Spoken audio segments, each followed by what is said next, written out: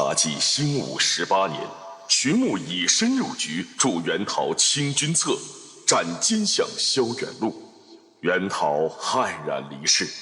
徐牧受封一品宰辅，却遇袁安昏庸，陈长请掣肘。又逢北狄犯边，朝堂议和，徐牧被处为一品布衣，后联手长四郎挥师北上，智取河州，驰援望州，与北狄铁骑展开死战。然30万北狄大军早已攻城顺州，望州城墙破败不堪，军中力竭精疲。纵使徐牧带兵驰援，又能坚持多久？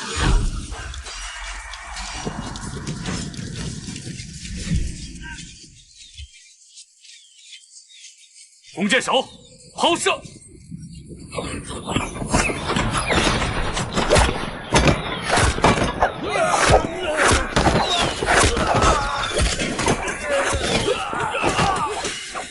小东家，你发现没有？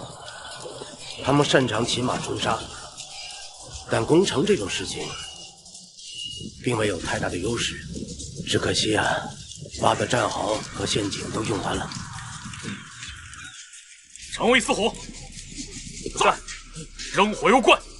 是。快！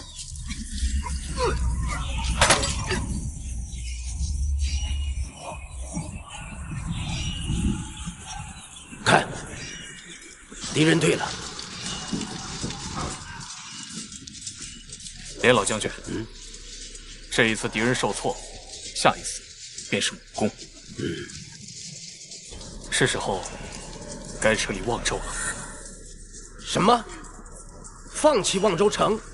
小东家，国土不可弃呀！连老将军，望州城这等情况，就算再给你3万人，你能守得住吗？你看这城墙，已经是4处开裂了。不过，河州那个姓赵的，他不会让咱们进的。赵青云已经投敌了，我已率部拿下了河州城。赵青云投敌了，这个孙子！老将军，河州城高墙厚，比起望州更易防守，而且城内守城物资极其充沛，光烽火石都有数百枚。好，小东家，我信你。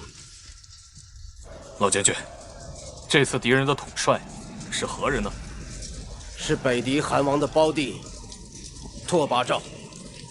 此人曾经放言，这1役过后，要让中原100余位将军的皮在脚下践踏。哼，口气倒是挺大的。这一次撤出望州，我要设个杀招。没问题。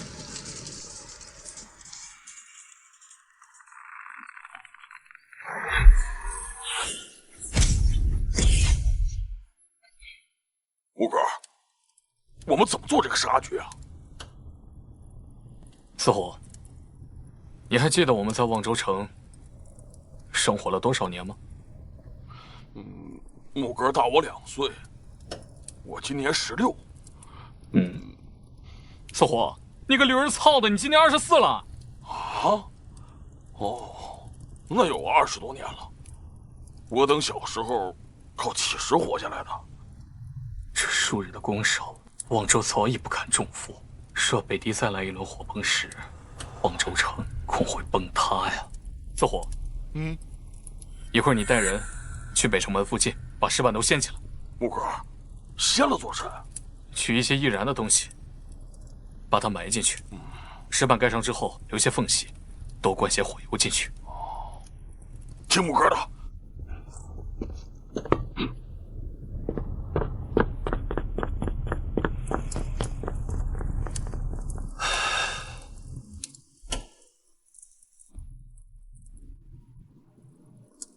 木哥，都按你的吩咐埋伏好了，那帮老兵也帮了忙。这一把火，应该能让这几万人安全离开望州。小东家，小东家，敌人又要攻城了，马上就会杀上来。莫管这些，老将军，时间差不多了，你先带人撤吧。那小东家你，我带3000人殿后，你放心，这3000人都是轻骑，很快便能赶上。城中的物资先不要带了，可以少带些粮草。为何呀？这赵青云如今就夹在2城之间，他上有2万轻骑，说是我们带多了辎重，被赵青云截住，反应过来的敌狗也过来夹击，则我们大祸临头。行，我听你的。老将军，速速动身吧。好。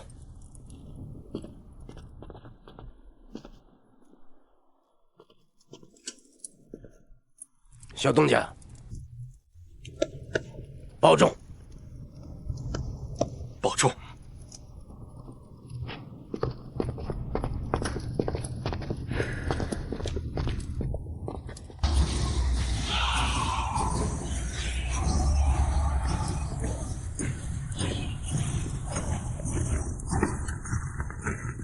点火！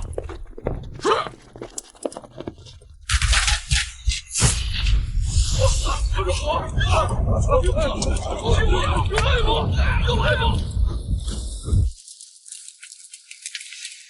我们打下望州了！啊！我们打下望州了！大气人旗帜不能倒，诸位，开战吧！我虽穿越而来，但在这座城里发生了太多的事，如今要毁了这座城，心中竟然还有些不舍。大计永昌1年，望州城破，30万北狄大军进入中原，徐穆带领连老将军退守河州，阻击北狄入关。此时望州城的大火呀，一定是烧死很多敌狗。哈哈哈哈哈哈！只可惜啊，没让老子碰到赵青云那个狗贼，看上他，先把脑袋砍了。老将军，我们还是先去河州再说吧。好。先前出城，我们没有带任何辎重，现在只有仅剩几日的干粮，再不拿下河州城，我们要被困死在这里。你说，有无办法攻城？这河州城内定然有所准备，强攻实为不智。那该如何？难不成让河州的守城大将也出来算账，然后诱敌出城吗？哎呀，赵将军，别提这一茬了。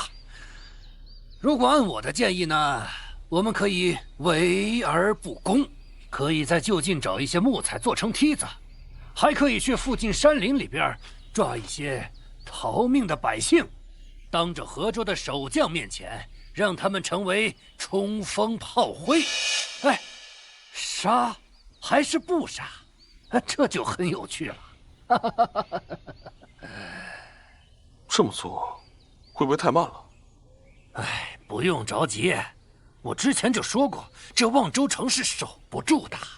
那个小东家居然还敢去望州，那就是死路一条。待我北狄10万大军会合，这望州怎么守？哼，有道理。但黄道春，我总觉着徐穆那小东家或许会出现奇迹。赵将军，你是被打怕了吧？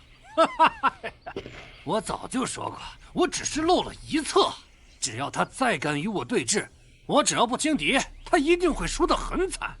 哎，别忘了，我可是北狄国师，大漠草原第一志士啊！我本不想与他为敌，怎的就成死敌了呢？哎，放心。嘿嘿呀。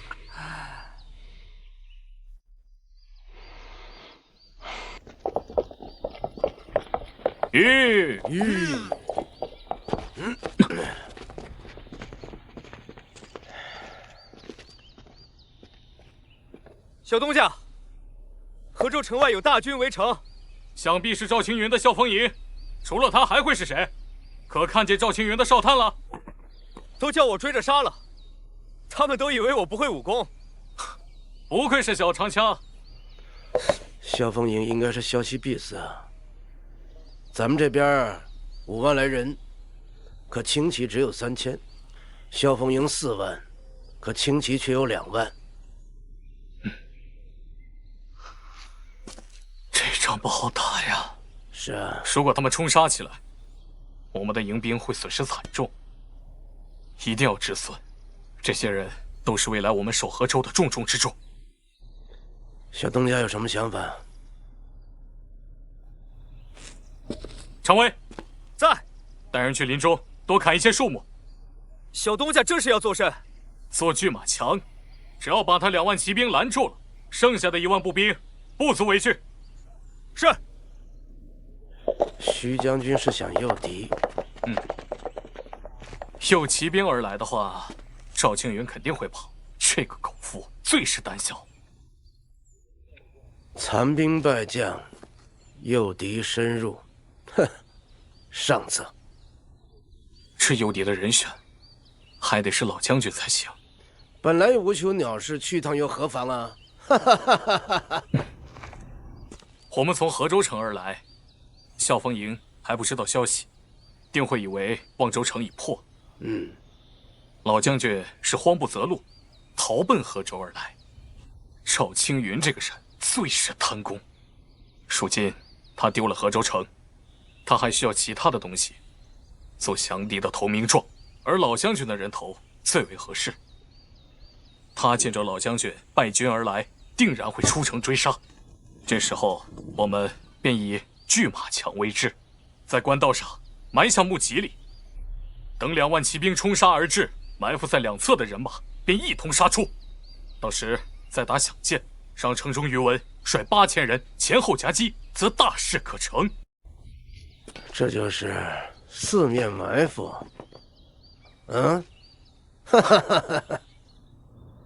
只可惜这河州城外林木太多，否则可以把他的1万部族也堵在里边。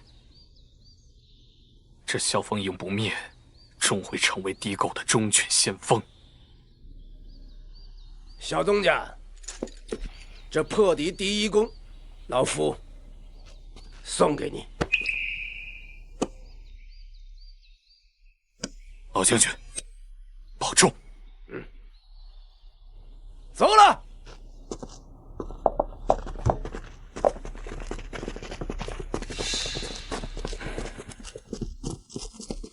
人各有命，但老子们的命天下最大。听本将军将令，攻者入林，强者附身。常尉，在。引率3000骑兵，抄他的后路。是。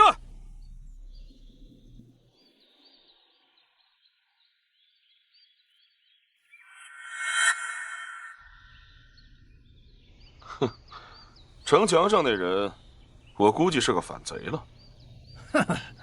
守将于文，3品金刀卫，弃官跟随小东家，我倒有点搞不懂了。这小东家到底有什么本事啊？哼，估计是算造比较厉害。嘿，赵将军说了不提不提，怎么又提了？黄道春，这是你惹的祸事，到了塞北草原，你也莫怪到我头上来。还有，这次若是败了，你得负全责。哎，赵将军，望州城破了，我看见破城的狼烟了。望州城破，这北敌的几10万大军很快就会到河州。怎么样？这下都对了吧？只要等后方援军会合，拿下这座望州城，只是时间问题啊！哦，对了，赵将军，到这个时候，我必须还得给你再说一遍，当时我只是漏算了一策。唉，天将，在。这望州城破，2万老军去哪儿了？还有小东家呢？回将军，兵未走得太远，只远远看见望州城头的狼烟。按照道理来说，望州城破，那里的守军应当是死了的，便如当初的筒子营。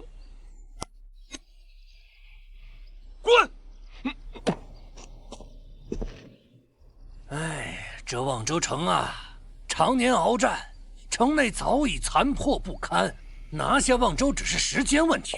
等大军一到，这河州便能随时就能拿下。黄道春，你说去了塞北草原，我还能有王爵吗？那就要看赵将军你怎么表现了。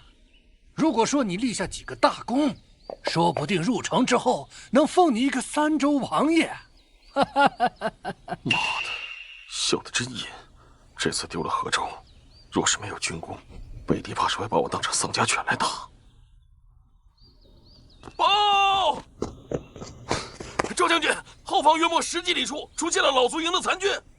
真的，卑职看得很清楚，那领头的人骑着老马，正是老将连勇。几人？不到3000，皆是残军败将。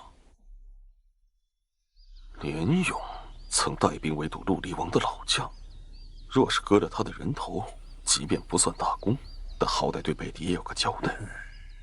赵将军，不如再打探一下小东家，毕竟这死要见尸，活要见人。你别忘了，你也说过，这小东家可不简单呐。哼，我当然知道小东家不简单，但若小东家还活着，为何不与老卒营同行啊？哦，我明白了，你是怕我贪着功劳，还是你自个儿想去捞啊？啊！再说了，这望州城破，老卒营出逃有无问题啊？没问题，不过我是想，咱们好不容易围了这个河州，我的建议是等大军到来。这大军一来，那他娘的军功归谁？报！将军，老卒营发现我等围城，要回头入山。他们想跑。追！这！你就不能等等大军吗？这！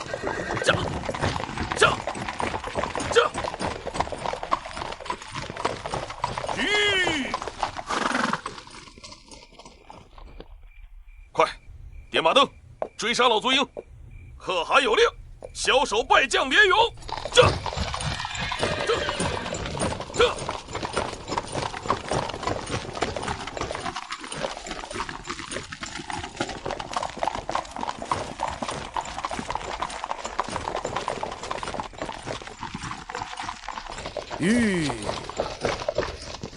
崽子们要入埋伏了。愿天公赐我一具虎躯，斩北狄，灭南蛮，让天下消息，避之不及，逆影苍青。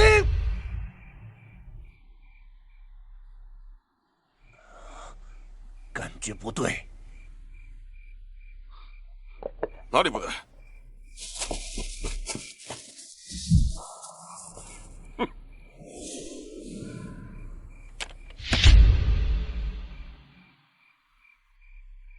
不好，是小东家！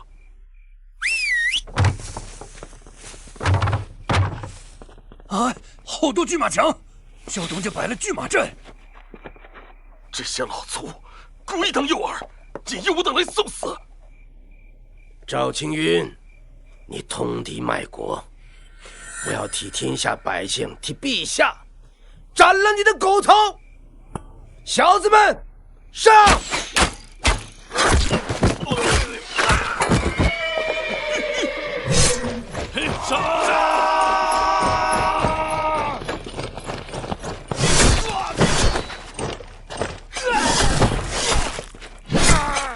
撤！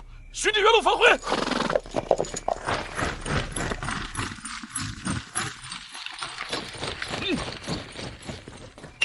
赵青云，四面埋伏，你要如何逃？给我杀！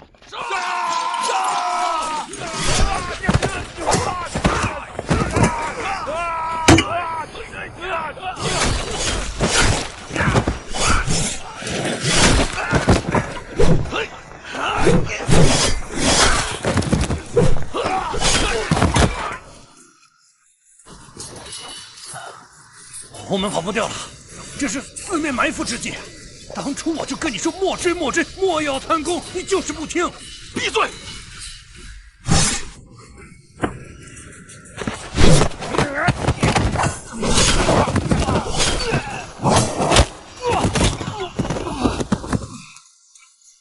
徐兄，你我等同于结义兄弟，何至如此？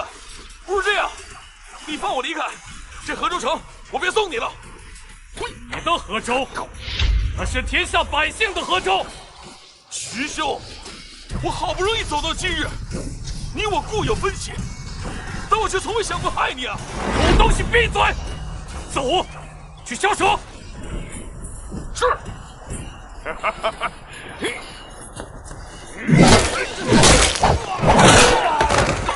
臭狗！这头虎看来是铁着心要杀我。小凤英速来保护本将，助本将突围，上100两黄金。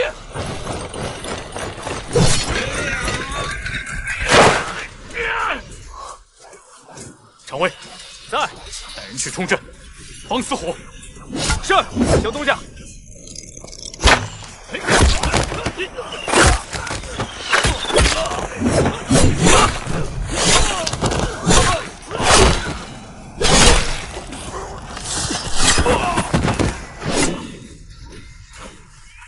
可曾听闻内城长枪？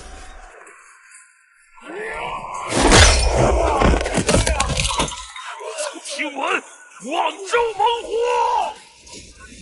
小凤英，都过来保护本将。将军，3万小凤营在外围被四面围杀，损失惨重。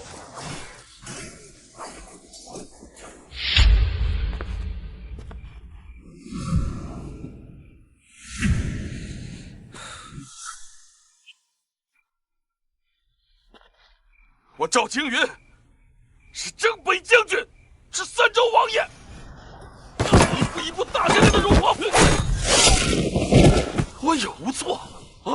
老子无错。徐兄，你我是一样的人，凭什么你做了宰辅，这天下人便敬你拜你，而我拼死守护河州，获得征北将军，却无人提起，啊？凭什么？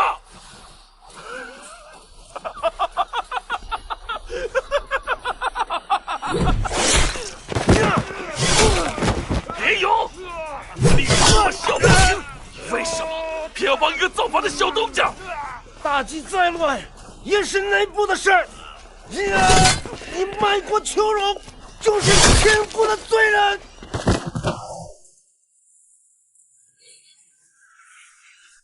凡中原之事，皆可诛杀此僚。扔火油！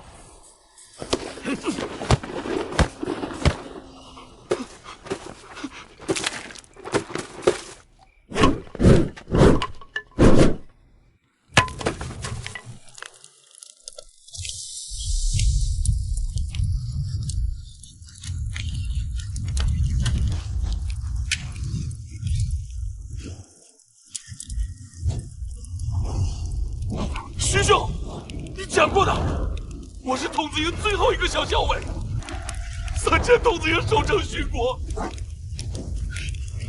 只剩我一个活着，就剩我一个人。你别看在他们的面上，放我一马好不好？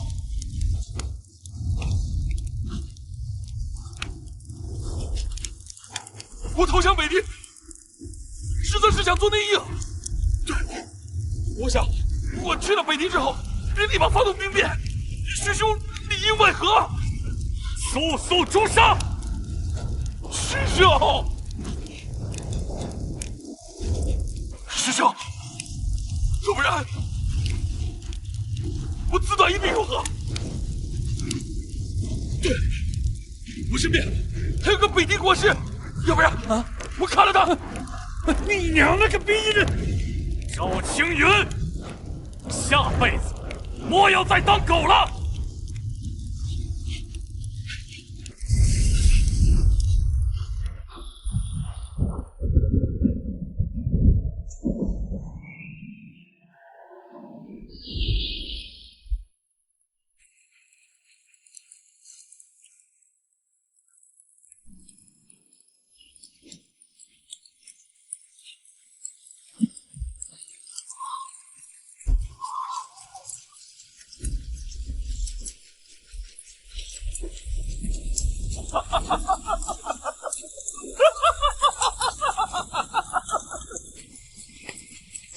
是这样的。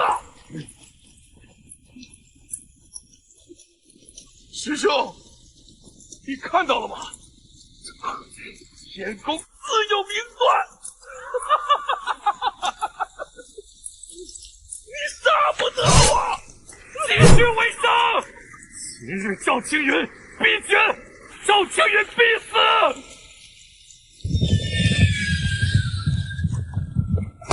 徐将军至少有5万敌狗，他们攻过来了。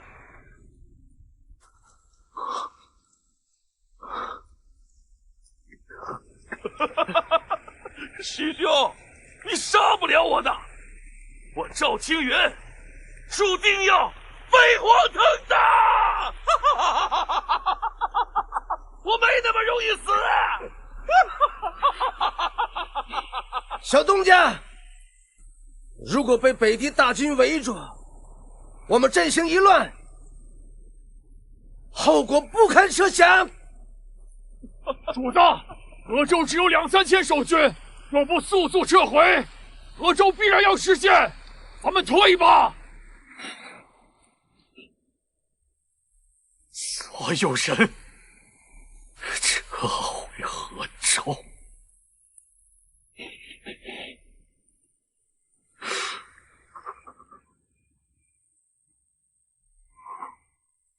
天公无恙！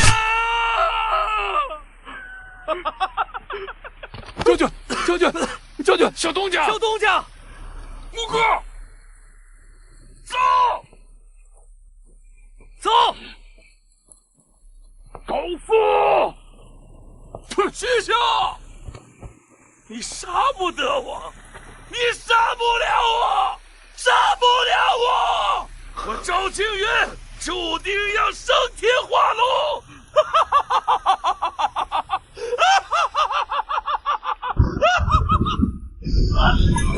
没事吧，将军？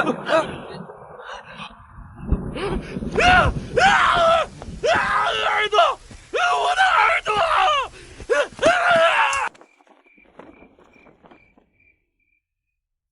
连老将军如何了？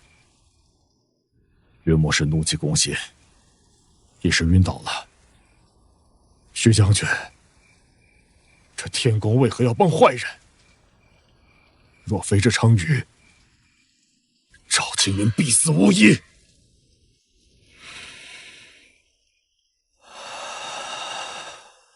下次再上。刚刚敌人追到城下，但并无办法，又退走了。河州城高墙厚，不仅有护城河，更有丰厚的辎重库。只要守住河州，便败不了。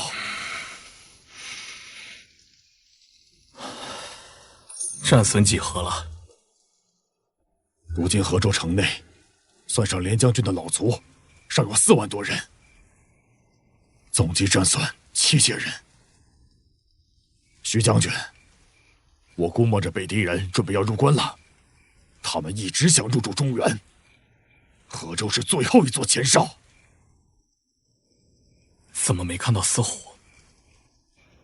司虎和常伟2个带了家伙，去打城里的天公庙了。干得漂亮！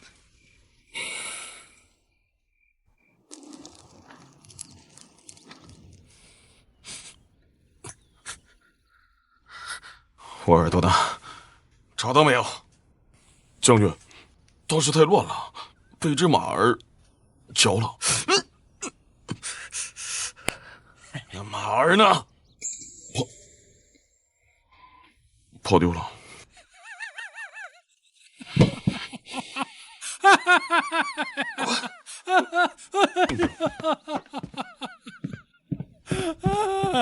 赵将军，你现在是1只耳将军了。皇兄说笑了。哎呀，你我2人素有交情，等同于结义兄弟。何出此言呢？还结义兄弟？我谢谢你，昨天晚上你不是还要拿我的人头向小东家投诚的吗？皇兄，话术而已。我赵青云怎会做出伤害皇兄之事啊？我可告诉你，你失了河州，就连那老将连勇你都没杀掉，左韩王现在可是极为不满呐。说笑了，我收拢残兵之后，这笑风营尚有1万多人马。哎呦，就你那些残兵能堪何用啊？你知道我北敌左韩王能稀罕你这些残兵败将啊？哼，这左韩王自然是不会稀罕残兵败将，但左韩王一定稀罕有什么法子可以攻破河州。皇兄别忘了，我在河州经营许久，自然留有后手。什么后手啊？说说。哎呀，皇兄，我旧伤复发，难受。哼，我和你说啊，你可别故弄玄虚。眼下可汗王攻打望州，死伤颇多，正愁着想带个人出气呢。哎呀，皇兄，我赵青云是个实诚人。你可真狗啊你！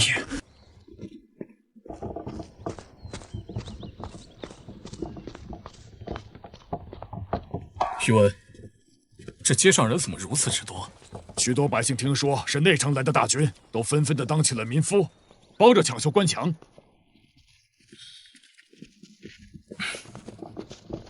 甚好。徐将军，探子来报，若敌人合拢，至少有15万的人马，就算是再坚固的河州城，也难招架如此多的敌狗。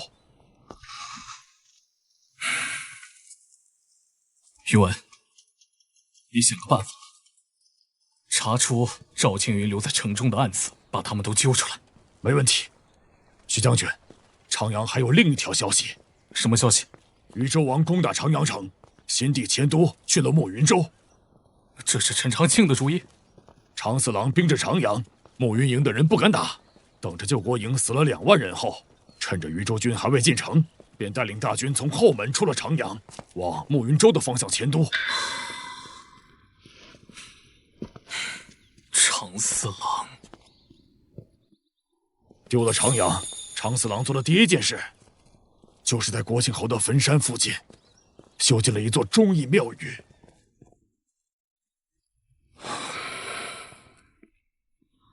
若是国庆侯泉下有知，定然会悲痛万分。这跌跌撞撞的大计，薛母是要一条路走到黑了。薛将军是不世出的英才，我宇文看人不会做。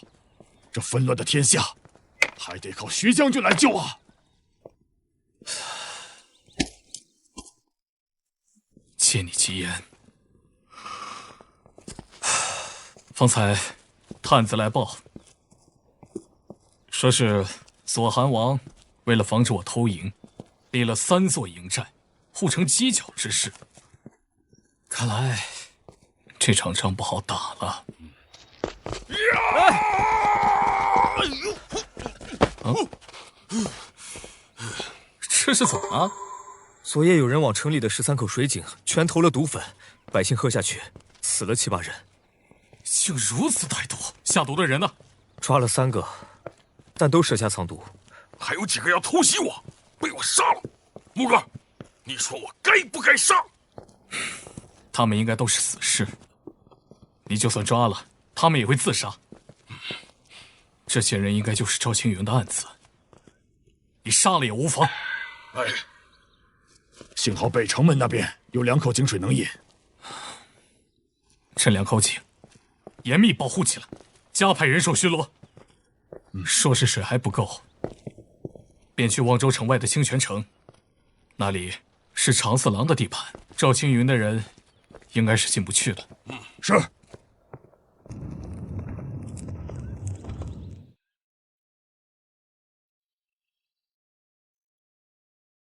左韩王威武，不仅河道被截，我另外派出暗子，这整个河州城，除了北城门附近，其余的水井都投了毒。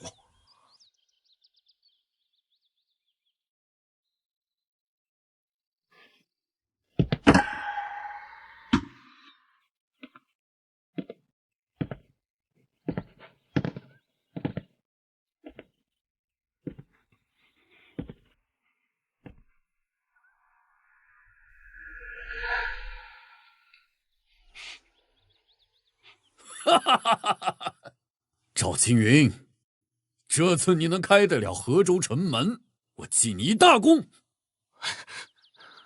不过，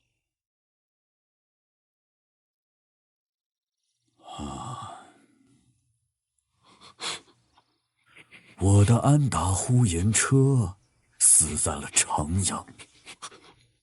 你的意思便是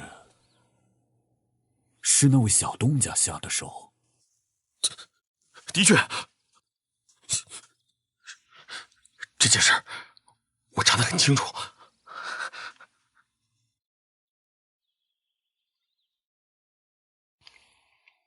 那小东家的眼睛大不大？圆不圆啊？可汗王放心，足够用来喂鹰了。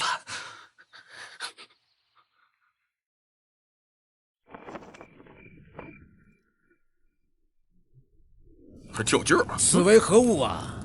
铁刀车。铁刀车，这是什东西啊？徐将军，这东西怎用啊？若是城墙塌了，可推它去堵。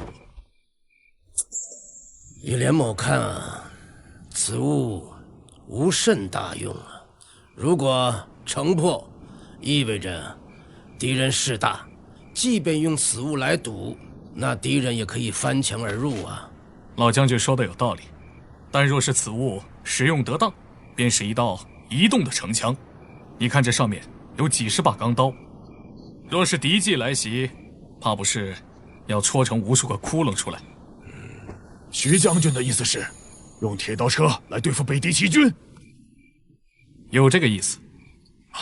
徐将军莫非要出城鏖战？过2日，你们便知道了。于文，你挑选一些壮实的士卒出来，动用河州城的物资，这2日应该能制出100来架铁刀车。好，小东家，那我做甚呢？你是知道的，我这几日身体好得很呢。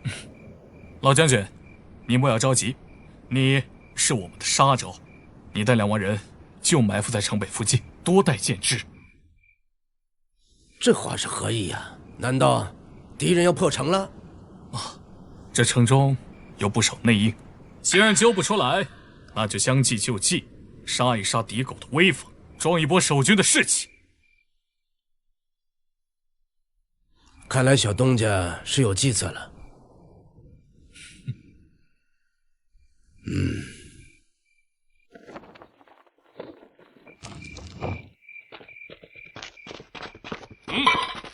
还请各位军爷放我们出城取水。是啊，没水喝了，我们都快渴死了。快开开门吧！对，快开门，放赵将军进城。投毒偏又留了2口水井，分明是以取水的名义聚众抢夺城门。也只有赵青云这种人，才想得出这么笨的办法。四虎，嘿，开城门！好的，木哥。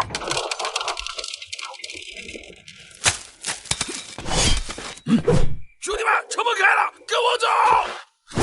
杀！怎么回事？关门打狗！不好，退后！快！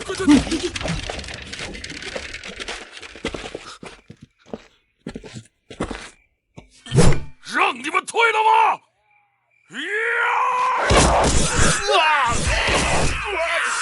小东家，战果可喜啊！一共得到了4000多匹战马，加上之前的，我们可以组成万骑了。哈哈哈哈！老将军辛苦了，想必这段时日，敌人应该不会再有异动了。敌狗起兵20万，这塞北草原上近100个偏远部落，这回也受到了征召。算上之前第1批援军，加起来就20万。算起来是整个北狄几乎半数军队。小东家知晓了吗？这是主公的情报啊，他应当是不知道。再者说了，小东家立足时间太短。李破山有消息了吗？查不出，再往深查，好不容易埋下的2颗暗子，恐怕要被拔掉了。唉，这天下的英雄属李将和小侯爷，小东家也算半个，主公也算。我是个反贼，就不取这英雄的名头了。仲德，你留在内城，帮我照看一番。主公去哪儿？这加起来30万的敌军，我若不去，这一次就没人能帮小东家了。内城我留3万人给你，我带3万人去一趟边关。主公，这6万人中，有许多尚是新军。这一战能活下来的，回到内城就是老兵。生在这一乱世，俱死无益，还不如吊着卵杀一把。待会儿我给你写封信，去送去燕州，问问那个无耻3的矮子王爷，愿不愿意去边关帮一把。左右离着河州的最近的，就属他燕州了。主公，可他若是不愿呢？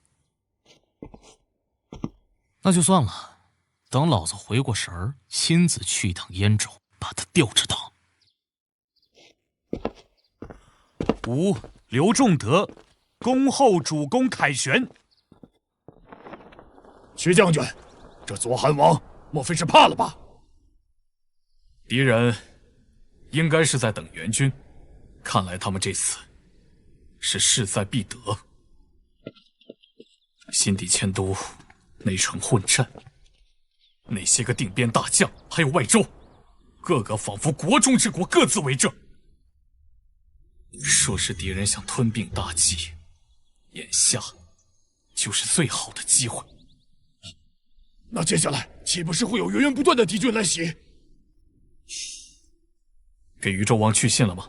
去了，但那些信鸽都被贼子杀光了，只得派了3个游师，希望速度能快一些。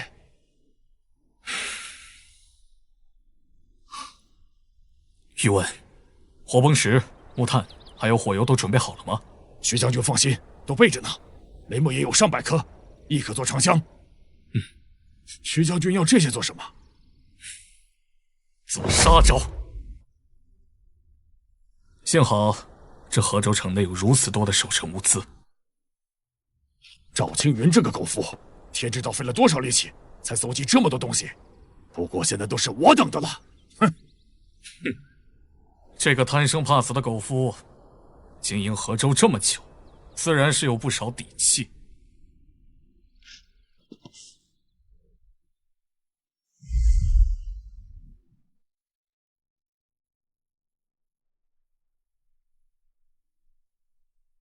徐将军看得没错，那些敌狗开始增援了。如此多的人，莫不是把草原的所有部落都派上战场了？敌狗这一次是铁了心了。这么多人，估摸着得有30几万了。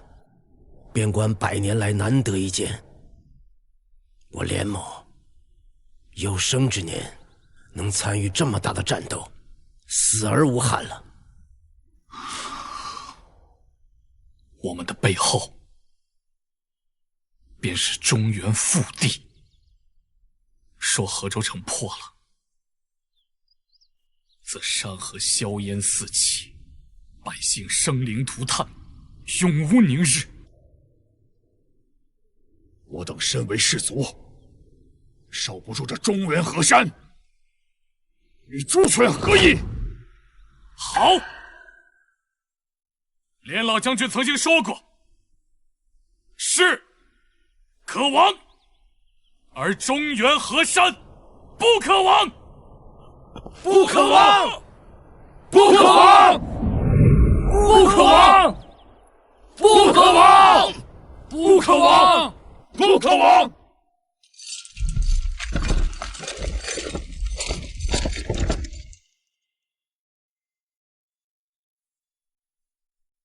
全军开战！弓箭手，放箭！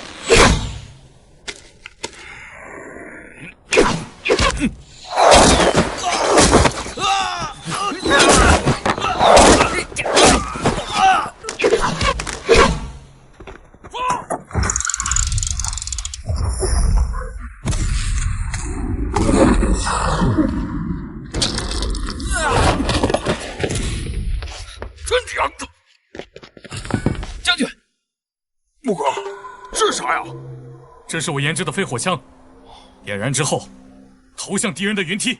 四虎，试一下。好。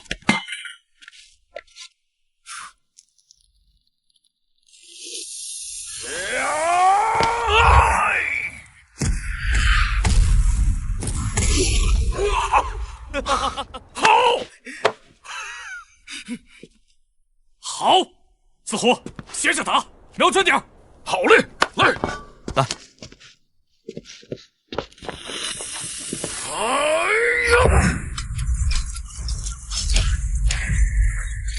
等士兵一起扔，快！如此力气，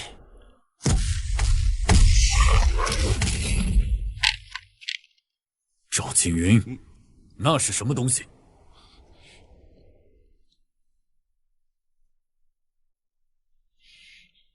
尚不知。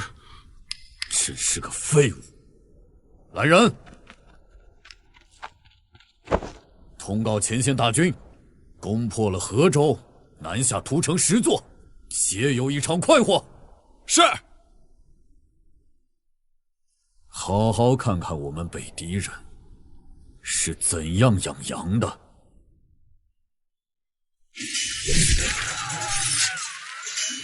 每人按1枚火崩石，3罐火油，2杆铁枪，再带上铁锁。是。我等这6000人此去，是为毁了敌人的攻城器械。老子要带着你们，让敌狗们看看马战是怎么打的。若是我等死了，青山自会留忠名，竹书也会称英雄。杀他娘的！杀他娘的！杀他娘的！我等6000人冲击20-30万敌人，无异于以卵击石。所以出征之后，我等便往西走。若是敌人来追，便以10人为一队，结锥子阵，举铁索，10骑相连。小东家，这是连环马阵。敌人定然想不到我们会出城反击。攻城在即，不会派太多人来追杀我等。只要我们能击破他们，便有机会撕开一道口子，毁了他们的攻城器械。东家，我随你一起。好，乱不大，倒是条汉子。诸位，率6000小骑，随我出征。是。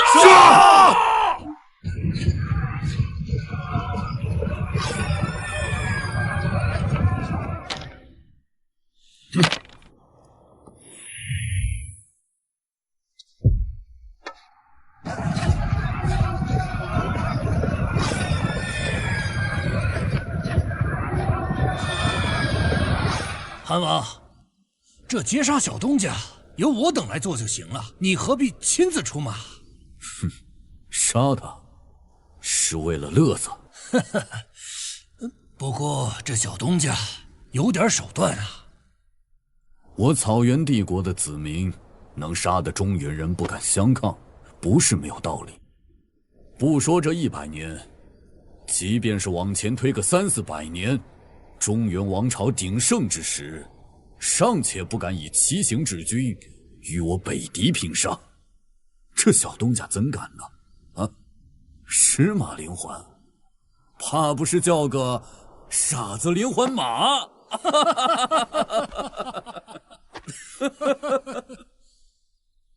哼！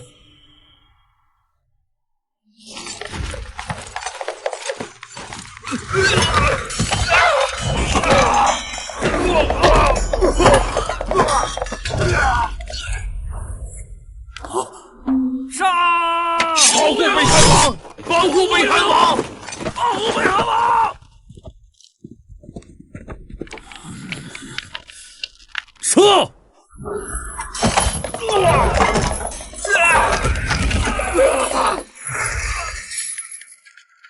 将军，我等何曾见过中原骑兵能打破敌军骑军的？敌人善骑，这于我中原而言便是最大的威胁。但徐将军看似却是赢了，真是神乎其技。列位举刀，砍翻登城的敌狗！徐将军此番做，是为了救我等，救天下百姓，我等应当以死相报，乘胜追击。得令，得令。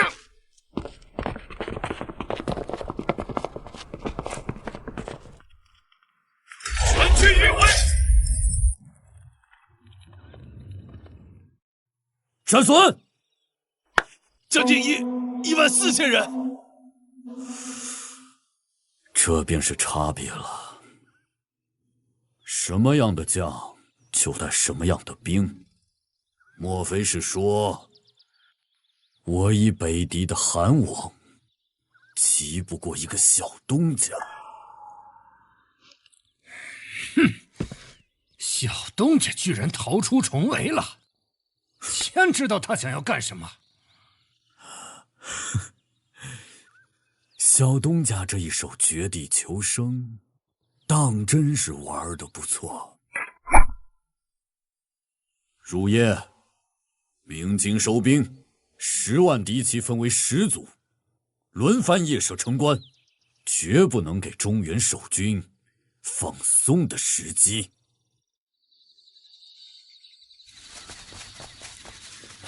徐将军，徐将军，我等就剩4000多人了。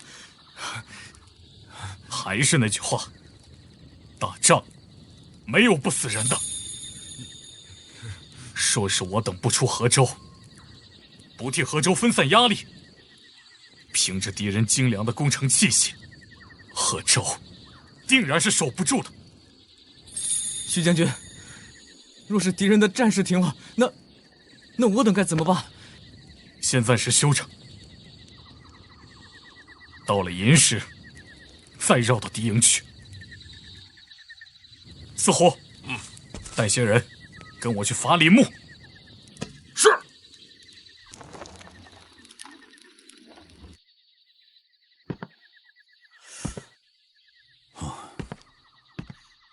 国师，你怎么看？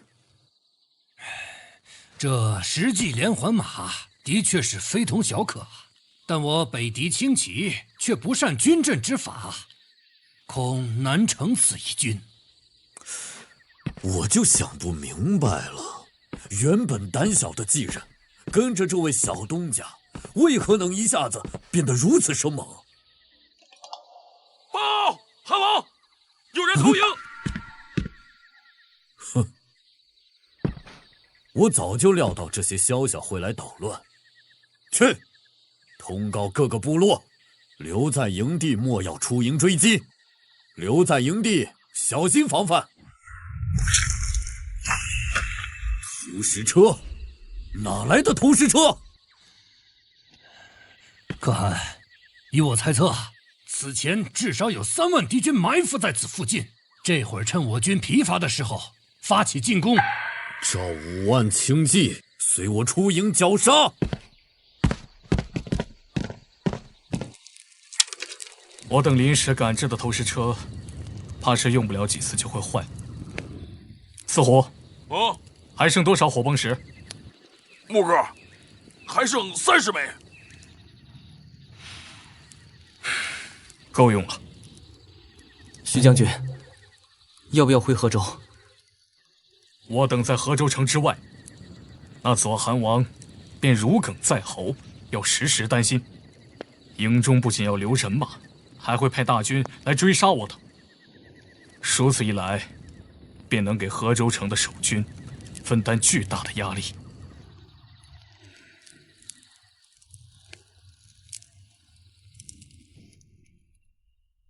小东家还没消息吗？徐将军并无消息，不过昨夜敌人营地似是起了一场火势，我怀疑这是他做的。我等没有辜负了许将军的热血。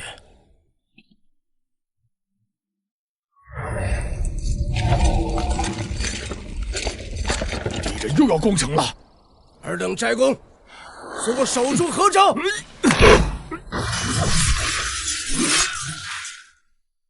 看来河州真的挡不住了吗？小东家，我若回不去了，你替我告诉我家少爷，小爷在边关，没折他的脸面。常威，我们死不掉。待会儿，我便带着大家杀回望州。徐将军，我们不回河州了吗？河州城破在即，眼下这是唯一的办法。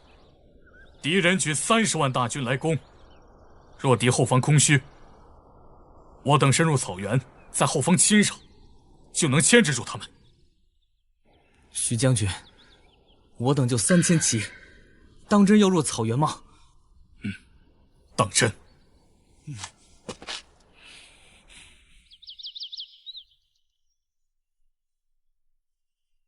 我这里有一份地图，是从北狄陆厉王的儿子胡彦车那儿得来的，上面记载了草原的路线，还有各大部落的分布图。这一战，我们注定要名扬天下。或许你们不知，曾有一个年轻的将领，率800骑深入大漠，2度攻冠全军，获封冠军侯。如今我等有3000骑，何惧草原满狗啊？不惧，不惧。待会儿，本东家便带你们杀出一条血路。记得告诉那些敌狗，我等要入草原，捅烂他的王庭。我们要封狼居胥，封狼居胥，封狼居胥，封狼居胥。左韩王，小东家逃了。哼，虽然那小东家有些本事，但在这等的攻势下，又如何抵得过北狄30万大军，加之精良无比的器械，足以把整个中原平推啊！本以为小东家会赴死一战，想不到却也是个逃兵。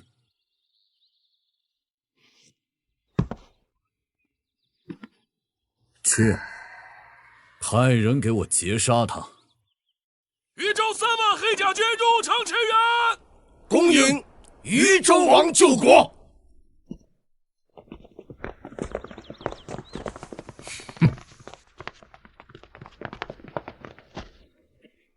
吾乃左韩王麾下，一律拔。城内可有人敢应战？小东家，我来助你。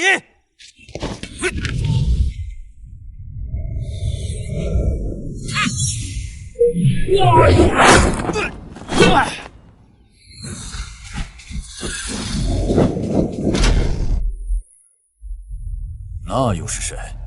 韩王，那人是豫州王常小堂。他很厉害吗？如国姓侯一般。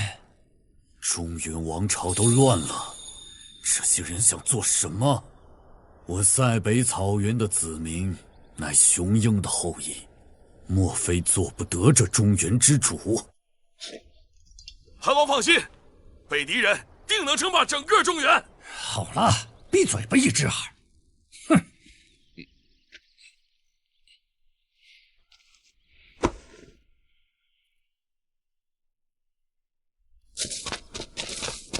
莫哥，北狄马不知抽了什么风，突然都不追了，似乎在害怕什么一般。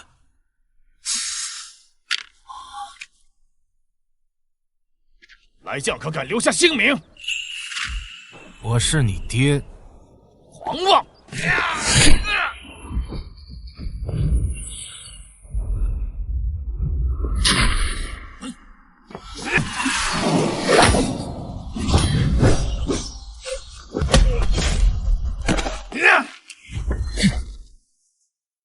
别眨眼，这一枪很帅。哼！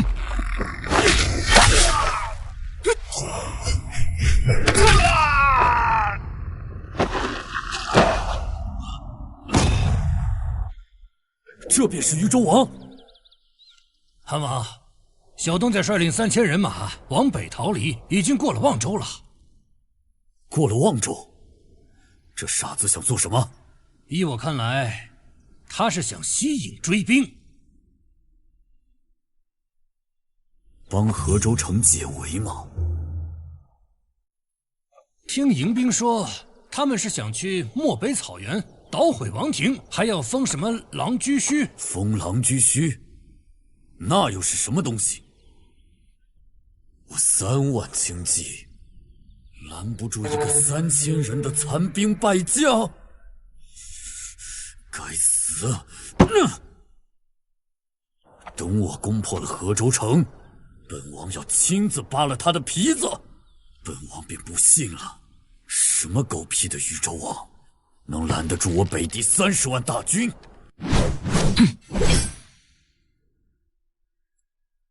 狄狗儿，磨磨蹭蹭半天，到底打不打？老子快要睡着了。我他妈来了，叫！叫！你可识得呼言？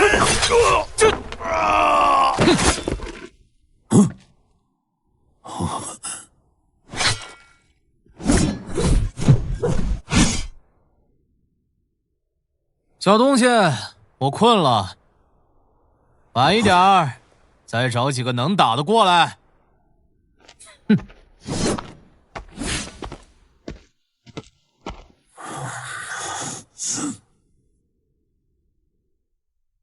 常少爷，我想带这些人从南门绕去驼头山，去池原寻墓。你留在河州吧，这些马儿翻不过驼头山，你去了也是送死。再说了，外面有帮手。帮手？常少爷派了帮手？并非是我，不然你以为这些北狄的马儿为何会抽风？我还以为敌人自乱阵脚，是被常少爷的气势给吓住了。我再是能打，也镇不住这1000万的马儿。你若仔细观察，这些北狄的马腹下被人抹了狼粪，至少有数千匹。你我的先辈抵御北狄寇关，想尽了法子。我要是记得没错，这法子叫借狼精马。确有听说。这个借狼精马的配比非常复杂，也非常难做。你知道这是谁发明的吗？这倒不知。李破山。什么？征北将军他还活着？小东家这一次去北狄复地，若有机会让他们相见。我们现在能帮他的，就是抵御这眼前的30万大军。若是小东家这一次死在北狄，我长死郎就算豁出这条命，也会替他杀了北狄左汉王。啊！河州城新增34000守军，这批守军装备精良，剑术高超，我们战损太大了。继续攻城。是。汉王，不如闭嘴！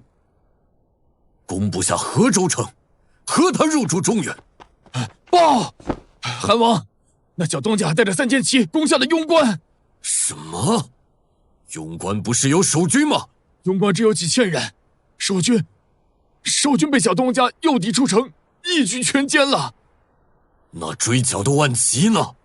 被小东家骗去了其他的方向，发现回赶时，庸关已经被攻破了。韩王，庸关再往前就是草原啊！700年来，从来都是北狄伐冀。他一个冀人，敢杀入草原，凭什么？没事，他去了草原也是个死。虽然北狄只剩下了小部落，但哥哥骁勇善战，莫要忘了他只有3000人。不行，黄道春，去传命令，喊1万，不，2万轻骑，速速追剿寻墓。是。赵青云，你最好祈祷小东家别做得太过分，不然我砍了你祭旗。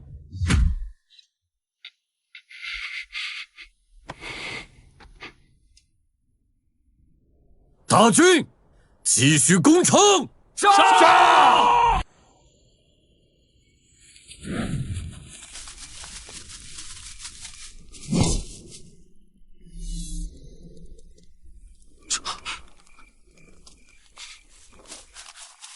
都侯，一若草原300里，一个人影都没发现。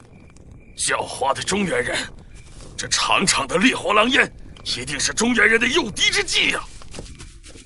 不好了，草原边境附近几个小军寨，至少被冲杀，死了一大半将士。这些人可都是咱们草原的勇士啊！古往今来，只有敌寇入中原边境，哪里有中原人杀入草原的道理？我要杀光中原人！都侯，日格尔的部落又起火焰了！快回草原！你去通报左韩王，不得有误！是。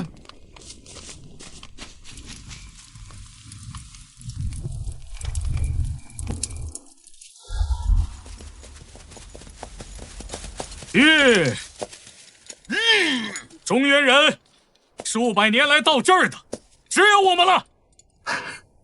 犯我中原者，当诛！小东家带我们杀入草原，这数百年来，我中原大地又何曾有过这样的壮举？木哥，我等壮哉！诸位，河州城还在坚守，只要他左韩王够胆，敢对我们不管不顾，我们3000人只要不死，在这草原的后方继续给他搅乱。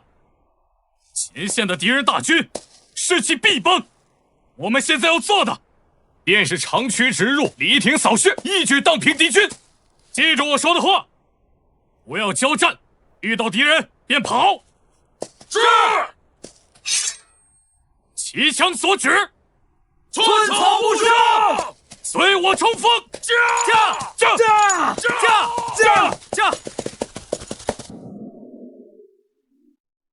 汉王，那小东家不光烧毁了草原80个军寨，他还说什么？他还说要杀入王庭，秦可汗。哼，他妈的！汉王，军寨被烧之事传到了军中，已经有些许将领感到不满了。我怕长久下去要出乱子。依我之见，应当速回草原。回去做什么？准备我们要破河州了。哎呀，有那个渝州王挡在前面，他已经杀了20个千夫长。前有狼后有虎啊！看来这次我是真的陷入被动了。莫非这小东家在草原生活过？怎么如此熟悉草原的地势？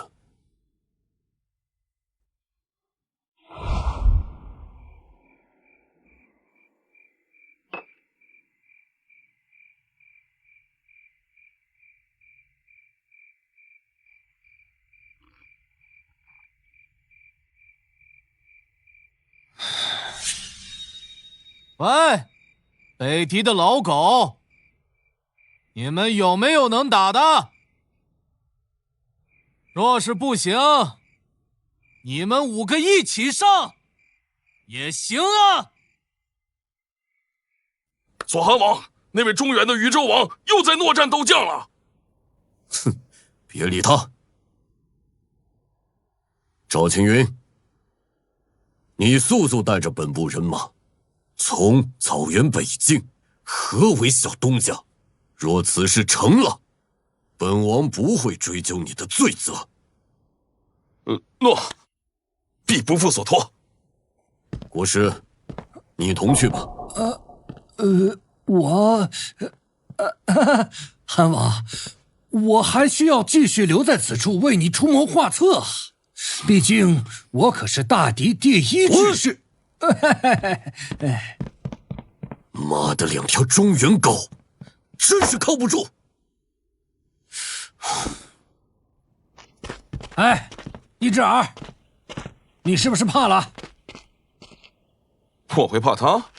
但算造的，你有没有想过，这小东家或许是故意留在草原的？你这是什么话？我北狄可是有堂堂10万勇士啊！哦，数十万勇士抓不住，你一个算造的去的就能抓住了？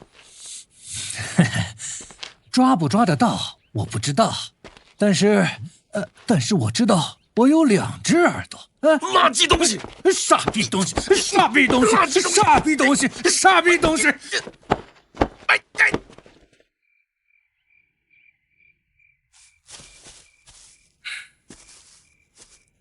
常伟，去告诉兄弟们，该动身了。是。东家，李二哥他们不愿意走了。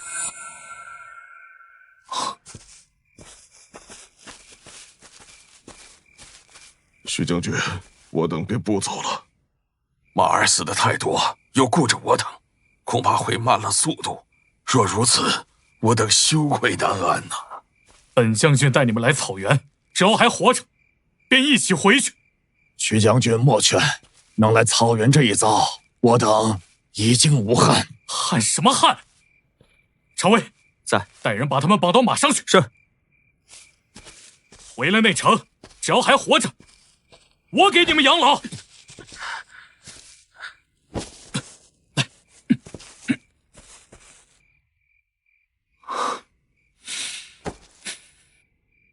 我等已经少了100多个敌人的军寨，攻城的敌人军队想必已经军心涣散。再过3日，我便带你们去燕州，从燕州回河州。徐将军，我们这次真的成功了吗？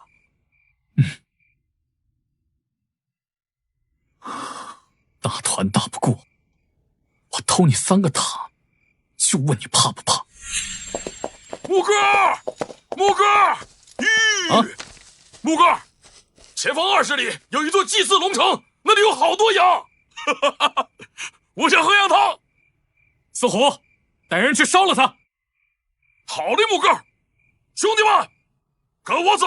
好，走，这样。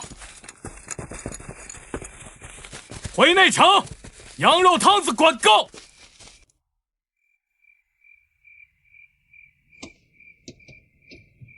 小东家总共已经烧了118个军寨了。哎，看这个路线，他们是往西南方向去了。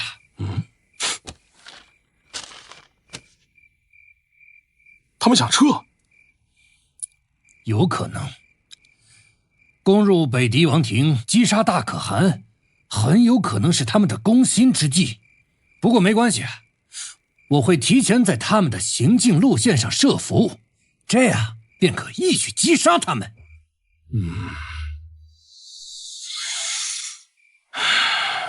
我们这次带了2万骑兵，其中1支还是烛王子2000人的皇家骑兵。倘若这次算造大师算对了的话，没准还真能截杀小东家。一之二大将军，我说过，天下论谋略，我可以排前3。傻逼！垃圾！哼！傻逼！垃圾！垃圾！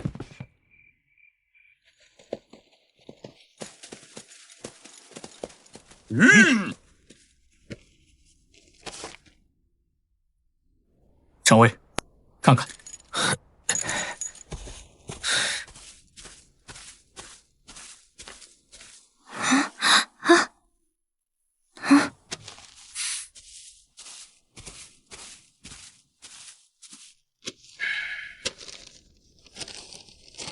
知你烧了城邑，引来大批追兵，我便晓得你要离开草原了。特遣了内子留在将军的必经之路。2000王庭的精锐鹰夜卫前日已经出发，鹰夜卫凶悍异常，不劝将军速速离开。尔等莫要来寻我，我留在草原腹地，他们的动向我全部知晓。留在这里或有大用，若有一日你能北伐，你我自会相见。他还活着，太好了！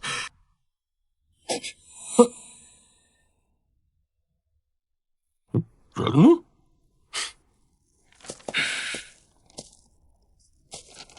有无人知道鹰夜卫？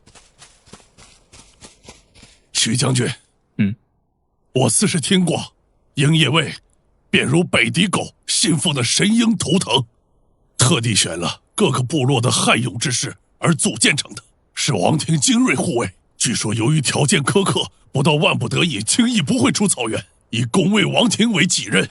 但有时候也会被王庭派出去，用于诛杀不臣的部落。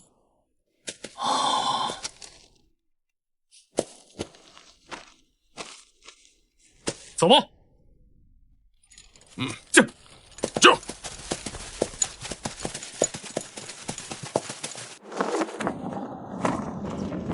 韩王，那小东家近来把草原搅的是天翻地覆，今日又少了2座祭祀龙城，那草原的子民们都气炸了。听说连小王子都火大了，亲率了2000鹰夜卫去追杀。你说王子亲自去追剿，是大可汗的意思，势必要击杀这个小东家。按理说，大可汗派出最精锐的部队，我应该放心才是。可不知怎地，这心头莫名的不安呐。韩王是担心鹰夜卫的实力？我等破了庸关，灭了8个定边营，30万北狄大军一举南下，可有阻碍？并无。那小东家来了后，陆里王死了，我等30万北狄大军战损无数，如今又被困在此处，进退两难。韩王是担心小王子搞不定？那小东家是个善于创造奇迹的人，恐怕要出事情。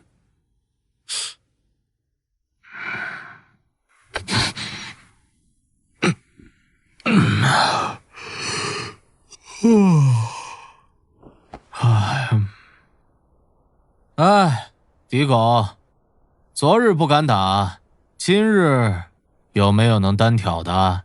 嗯？哼！狗爹养的宇宙王！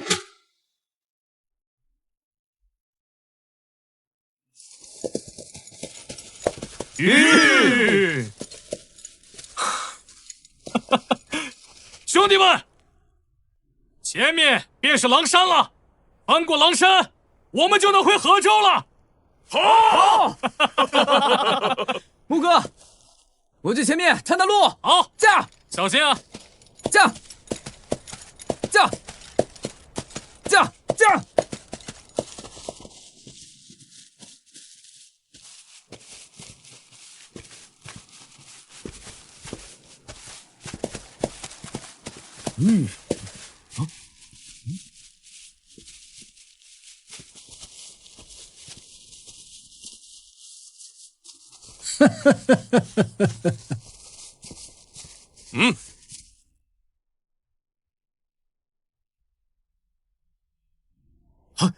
将军是北狄王庭的鹰夜卫啊！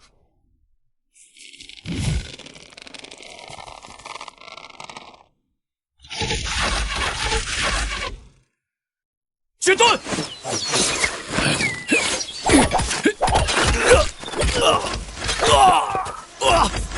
起来！小五，快撤！所有人都给我撤！撤！走！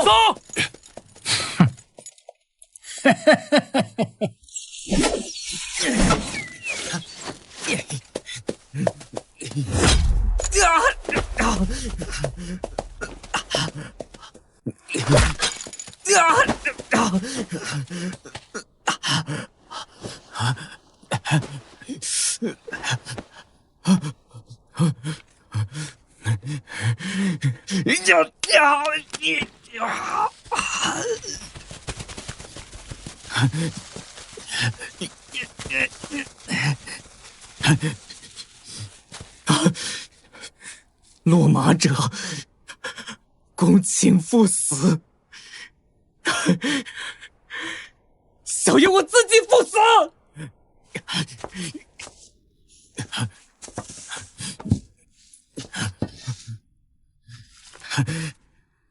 18年后，小爷我又是一条好汉。负你娘！要赴死也轮不到你。这个娃，回去你要记着，你才16岁，以后要娶姑娘生娃娃，老子们护着你。走，走。韦小五，记住，你是刑天营的种。韦小五，给老子活着，好好活着！不，我不走。行。我不走。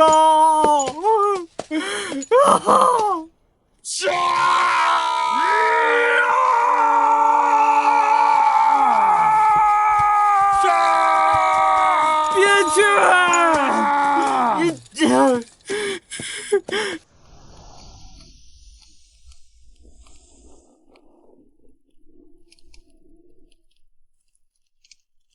李将，为何不用火鹰确定位置？火鹰一起，远些的地方便会看到，届时便会有更多的敌狗围拢。我在信中告诉了小东家，让他用引狼香、狼毫生一起，我等便能确认位置了。我总觉得小将军这样有些冒险了。你可知前线有多少骑兵被拓跋照遣回来吗？不止，前后共6万人。6万，好，何州他们攻不下。哦，我从未在大计之中见过像小东家这样的人物啊！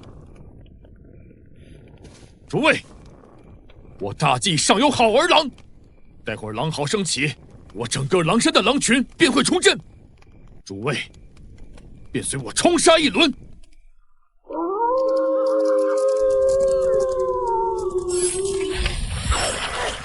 小东家，那群狼开始围攻他们了。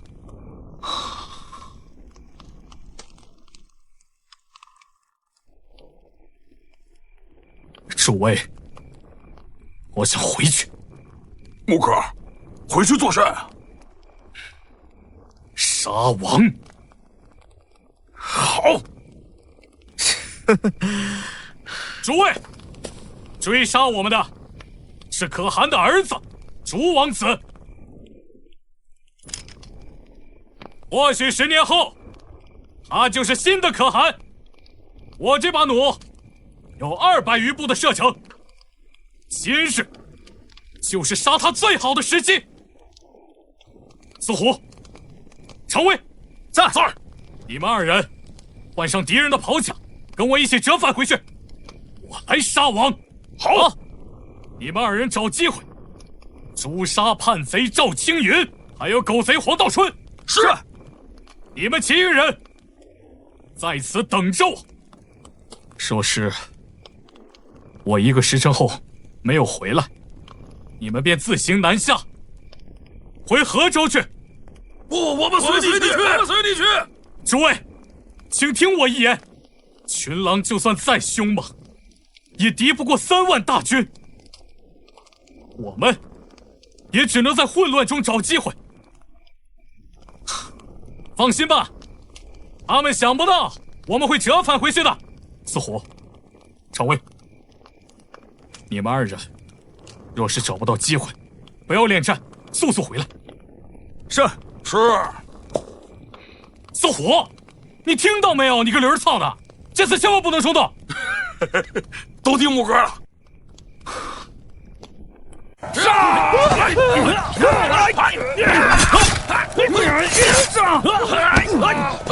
不好！前有狼群滋养，后有狼群出阵，我方阵脚已经乱了。哪来的狼头兵？不知道从哪儿冒出来的。应该是小东家。保护诸王子安全，护驾，护驾！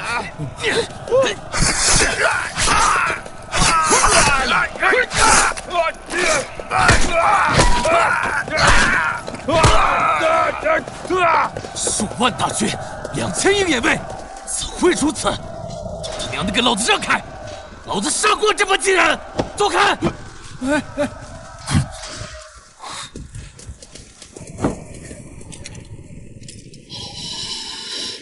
那是什么东西？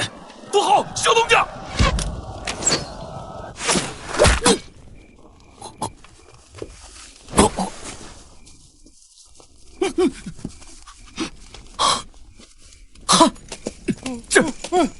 王子战死了！猪王子战死了！什么？王子死了？哎呀！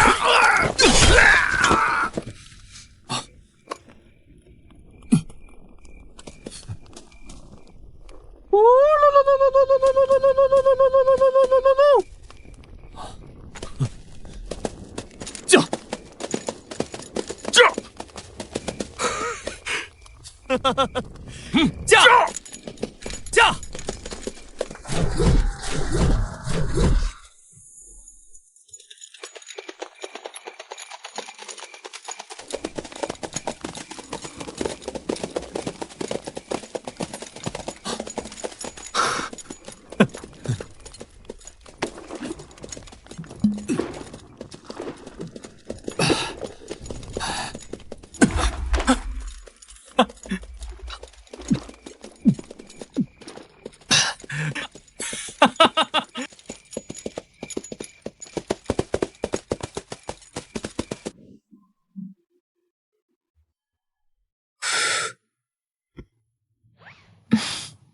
阿吉，我想了想，中原朝堂上那位，连小东家都容不下，我若是回去，怕是也容不下我。我若要回，便早回了。那你便留在这里，跟我一起。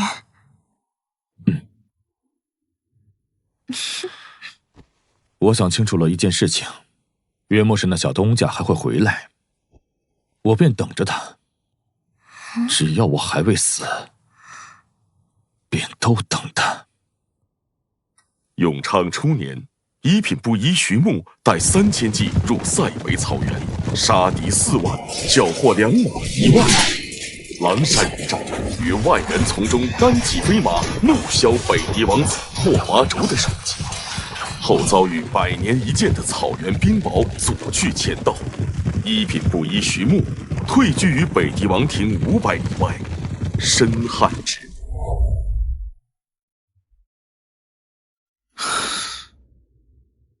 朕弃了边关，不敢面对北狄，偏偏是那个一品布衣，却杀入了边关，鼓舞了山河。朕真的是个昏君吗？陈清，你说呢？陛下为国有心，迁都慕云州乃大兴之事。陈清，杀地南侯陈长庆的事情，就都劳烦你了。陛下放心，终于匹配上能打得过的了。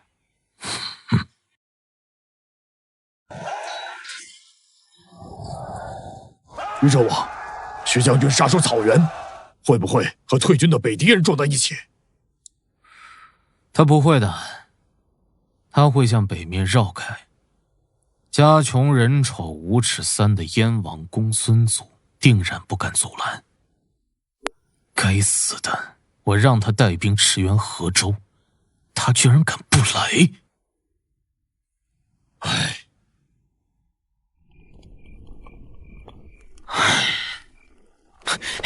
哎，木哥，这赵狗跑得太快了，若不然，我们一定能砍了他。哎呀，常威啊，对那燕州，你可有所了解？少爷说他家穷人丑无耻3，是个面丑的矮子。燕州虽然外有一族有染，但燕州的王公孙族用的是怀柔之策，使得燕州的3郡之地还算太平。没想到这燕州王还真是个矮子。小东家放心，燕州王定然不敢为难我等，否则少爷那边是要杀人的。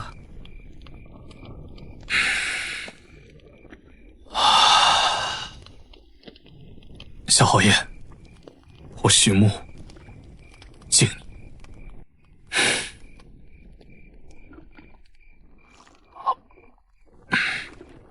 木哥，我想吃小嫂子做的烤鱼了。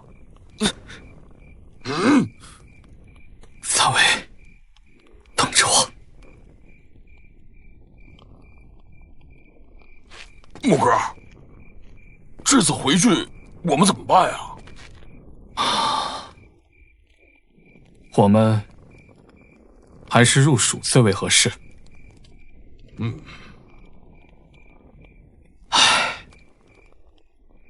没想到我这一路走来，军师倒是越来越像那正谋阳气的诸葛。但是啊，我又何尝是那踌躇不许的玄德？玄德？小东家，你在说甚啊？你们俩想不明白的。诸位，你们都想媳妇儿了吗？如果想的话，速速出发吧。好啊，走。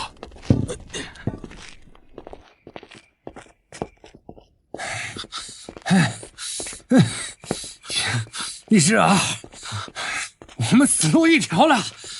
没想到我堂堂北狄第一志士，竟然跟着你这么一个叛将逃队。酸枣，都什么时候了还说这话？坚持坚持啊！哎，那前面好像有条河。我尼玛，我上辈子造什么孽了我？你慢点儿。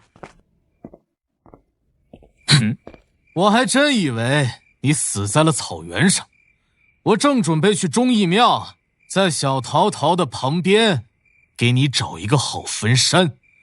我还找人定做了一个最好的棺木，为的就是想让你走得体面些。我这不没死吗？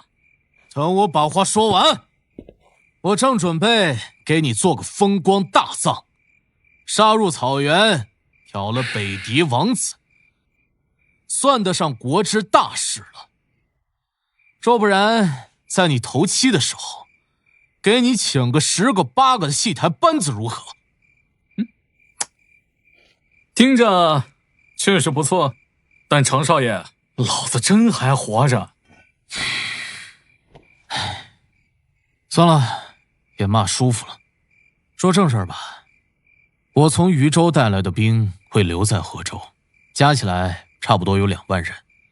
你杀了可汗的王子，北狄短期内不会再来犯，这2万人守河州绰绰有余。只可惜啊，没能杀了赵青云。中原北狄容不得他，像他这样的狗夫活不长久的。对了，前些日子老侯爷的2个亲信来了一趟河州，定北营的人。小东家这次入草原，逼退北狄，还缓解了定北营的战事。那2个都尉带了口信给你，方有2万守军可用。若小东家可用，他们随时跟着你。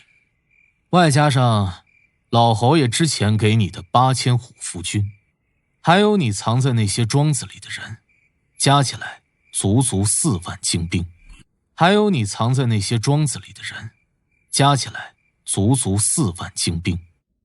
前些日子，你那个军师在蜀州打下了一座小城。小东家，这回你当真是要起事。常少爷，这回不拉拢我了？你当有自己的路要走。老子越来越佩服你了。你我已经是老友，你若开口问我借2万兵，我也会借给你，且不要你一个铜板。当今的社会，2万精兵足可以做很多事。常少爷，不必多说，说多了我怕矫情。这天下能入我法眼的不超过3个，小东家，你是其一。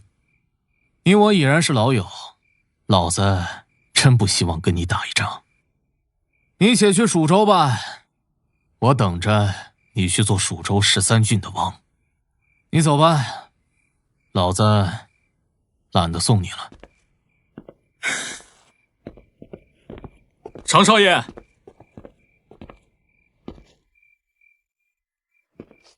保重。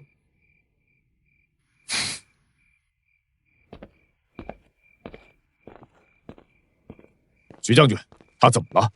一副闹了鬼似的。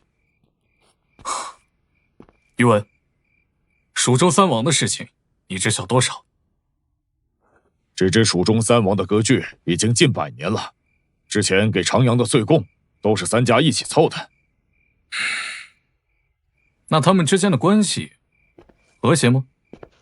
年年都打仗，请外州的军队拉拢山林的蛮民，打得不可开交。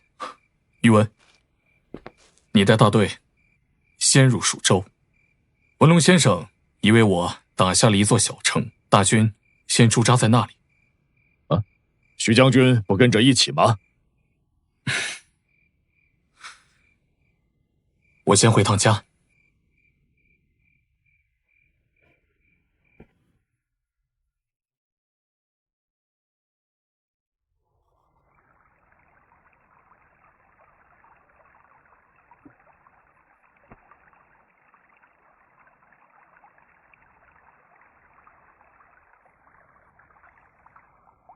徐郎，你什么时候回来？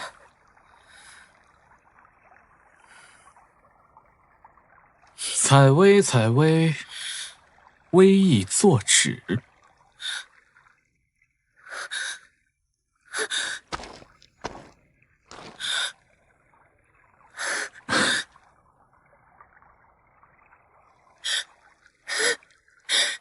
徐郎。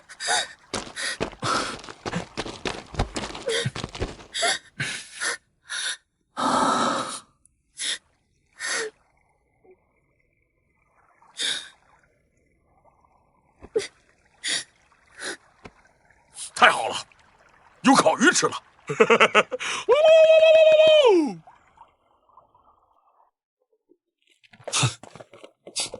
东家回来了，主公他们回来了，东家回来了，东家，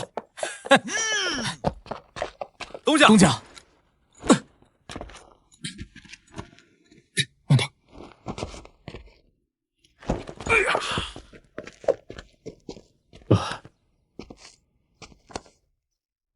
我这次能回来，多亏了随行的兄弟用命。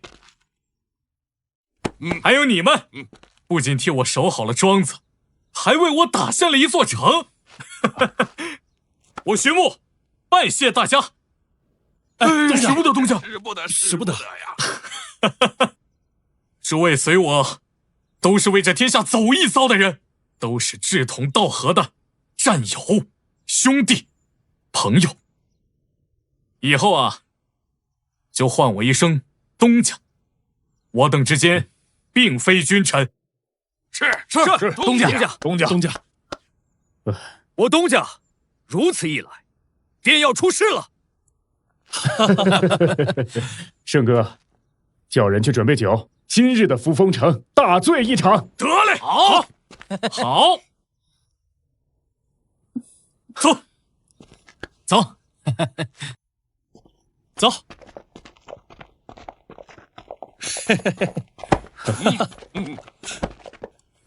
这次东家回来一定要多喝几杯。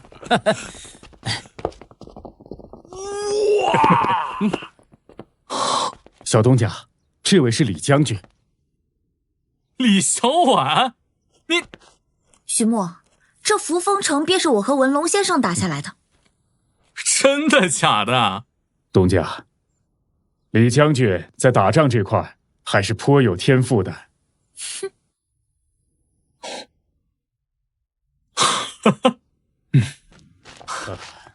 阿弟，东家长高了。小爷已经练了18种绝世武功，虎哥儿不在，整个庄子没人敢和我过招。那老瘸腿被我揍的2条腿都瘸了。阿弟，怎么跟东家说话呢？这孩子，你个小犊子！我们3个老头子教你，你在这蛐蛐老子啊！师傅，回来就好，回来就好。师傅，你无妨，眼睛进沙子了。刀老爷子呢？打铁呢。你走之后，他就一直打铁，说你给他一个方子，等你回来之后，要送你一份大礼。我儿李破山可又打胜仗了。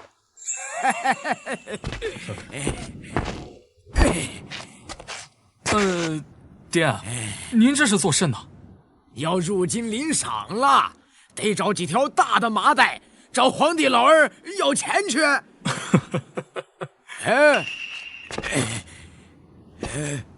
你怎么回来了？不打到北狄皇庭，你还有脸回来啊？换着我当年就直接兵不血刃的。估摸着北狄的那些公主们都争着要抢我做驸马呢。老头子，您别吹牛了。走了，老爷子，喝醉天仙。我吹牛，醉天仙。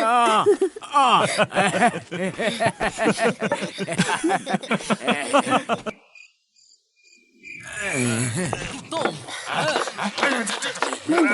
来等会儿嘛！来，就走吗？这不是吧？不行，怎么就走了呀？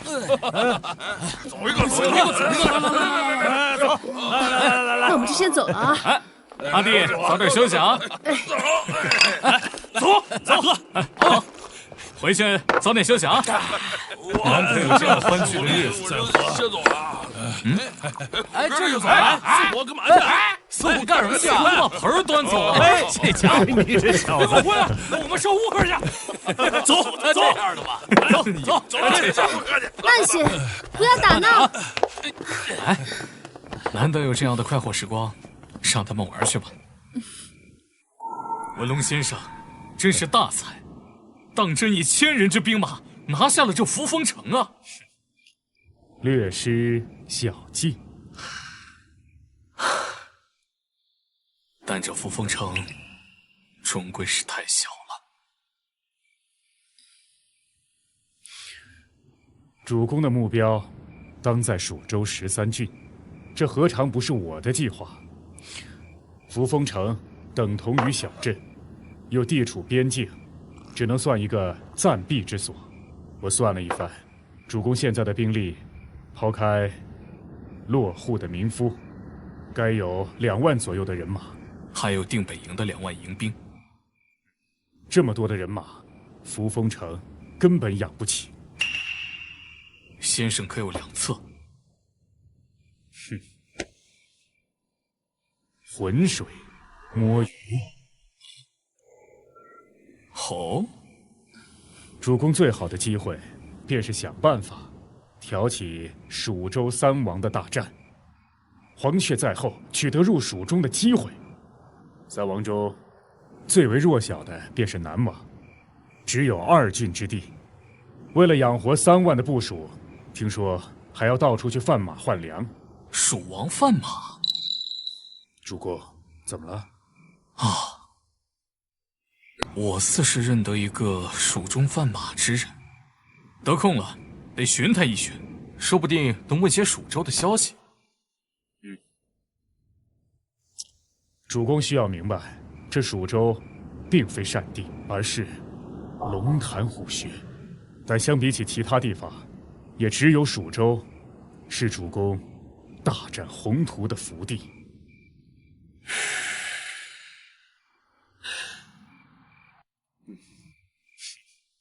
主公啊，文龙先回房了啊。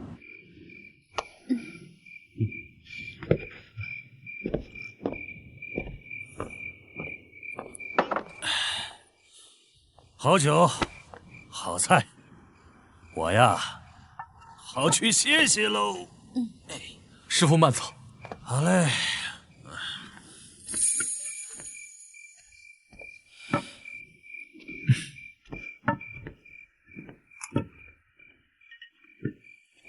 吃饱了吗？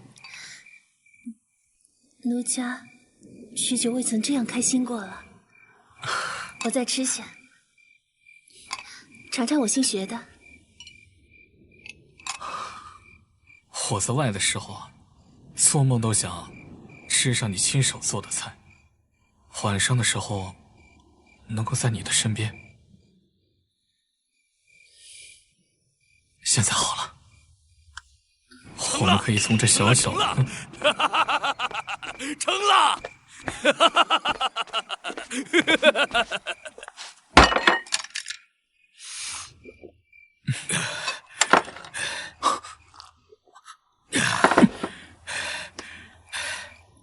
你给我的那个炼铁之法还真有点意思。我将这炉窑换成那高炉。另外，你给我的那个鼓风机，我也研究明白了。我找了几个青壮，每天就在那采，这火势比之前旺了有余啊！陈老爷子，你可真是个天才！哎，莫说这个，这钢我测试过了，硬度极其之高，若是将其打造成武器，怕这世间是无人能及啊！另外，你先前给我的那个叫什么复合弩的图纸，我也研究过了。若是将其代替木弩，别说百步穿杨，就是数百步，它也可穿杨啊！陈老爷子，你要是在我那个年代，高低得是个发明家呀！哎，你休要碰我。这弩我倒是造出来了，但现如今这弓弦的张力不足啊，怕是难以发挥作用啊。现代复合弓的弓弦为复合纤维，这东西短时间内发明不出来。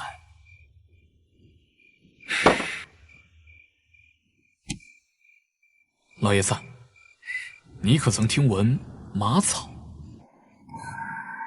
马草？先前听闻南疆的郎中用马草止痛，这东西有何用啊？此地在蜀州附近，离南疆不远。马草虽无药用价值，但是却是最好的纤维材料。若是做成弓弦，张力巨大。好，非常好。那处赭石的矿脉，我已让周尊去漫采了。你想办法打下一座临近湘江的大城，接下来的冶炼，不管是巨桩还是铁甲铁弩，都有机会量产。哦，对了，你再找摆来个好的工匠给我。老爷子所言极是。回去拿银子，明日我就让喜娘帮我去寻马杆。走了。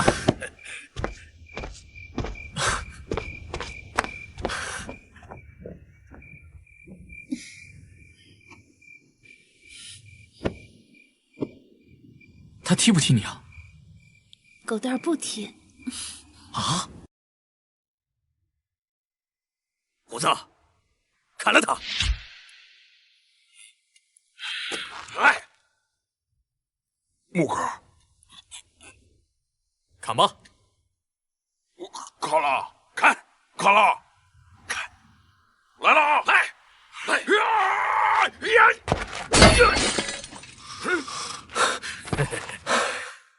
我的亲娘！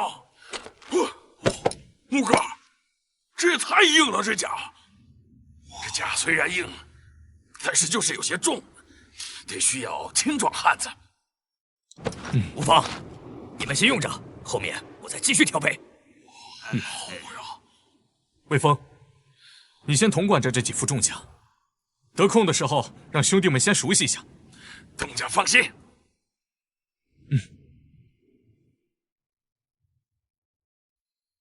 陛下，小东家入蜀了。你是说，天下百姓只知那个一品不一，不知陛下我？陛下可在今日之前写下诏文，便说那罪臣许穆乃是反贼，常小唐的同党。许穆，人人得而诛之。长卿，这根本就是无用之事。陛下，臣觉得有用。倘若我哪天闲来无事，就沿着这湘江而上，杀入蜀地，这样我师出有名，才能成就大业。说不定，不仅是小东家，就连这蜀地的13军，有朝一日都会并入陛下的直领疆土。当然了，若陛下不想要，臣谋想，陛下可否让与我呢？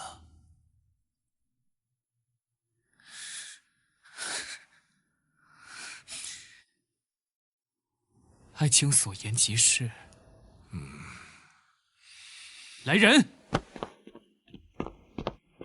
你指就说，反贼徐穆祸乱朝纲，以布衣之身引起战端，蓄兵谋反，是反贼长四郎的同伙。今诏告天下30州，愿天下之师率师秦王，匡扶王室，拯救百姓。诛杀叛贼。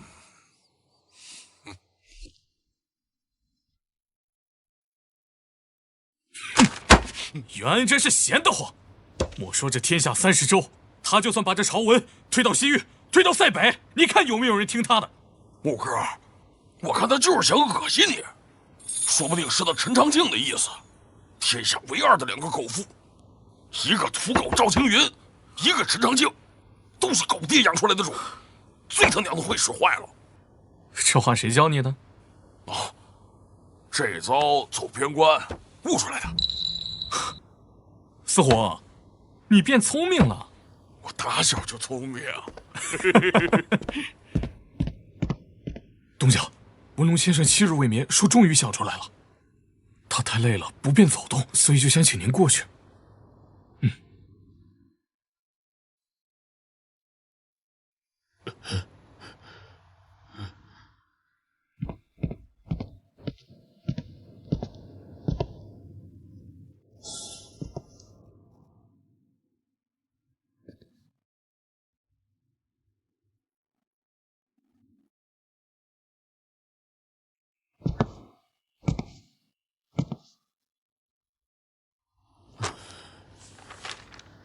念主公一路不易，吾贾文龙愿以7日所思，替主公定下一策。蜀为天下之一，昔年高祖入蜀，借5万蜀兵出蜀川，耗费15年时间，以乘风之势席卷天下，统一30州。蜀州分3王，内战混乱，使百姓流离失所。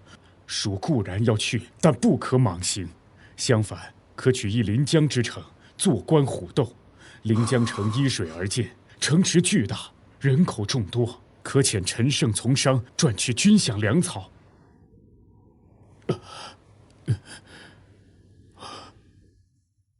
主公来了，为何不喊我？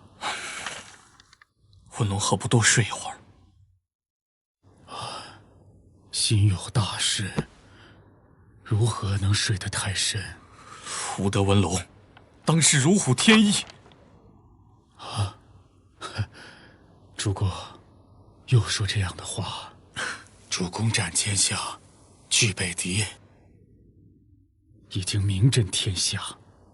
主公可上拜帖送去，3家蜀王有了交好的态度，这3位蜀王短时间内碍于主公的名声，是不会有异动的。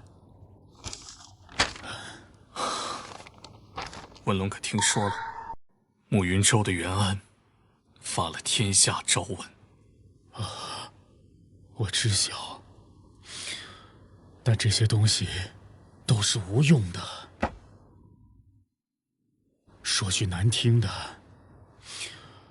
如果袁安手底下是3万救国营，被陈长庆彻底分化，我估计他连行宫都走不出去。能做一方诸侯的，都不会是傻子。长四郎直接打跑了皇帝，主公可曾看见有哪个定边将说要讨逆的？并无。这就是了。没了小侯爷，袁安多疑怕事的性子，是坐不稳江山的。他本就是个庸碌之人，这并不可惜。可可惜的是，小侯爷一腔的救国热血，终究是扶不起整个江山。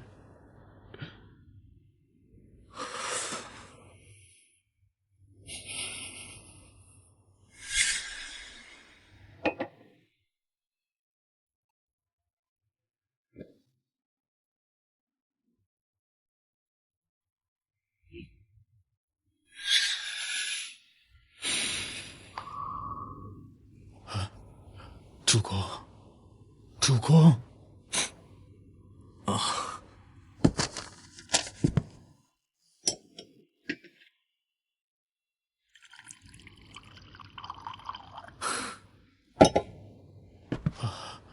主公若有空闲，可去临江的几座大郡探看一番了。这是主公入蜀的第一站，需小心。就算此举不成，我还备有长远的大策，如10年时间休养生息，划江而治。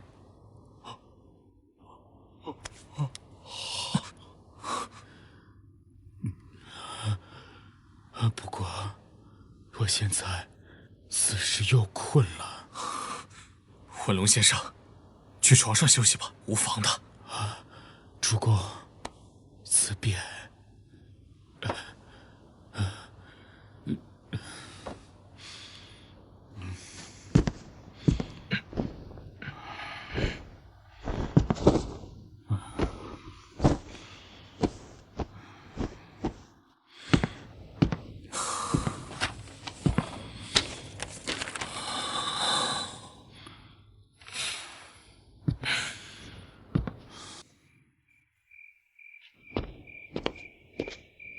东家，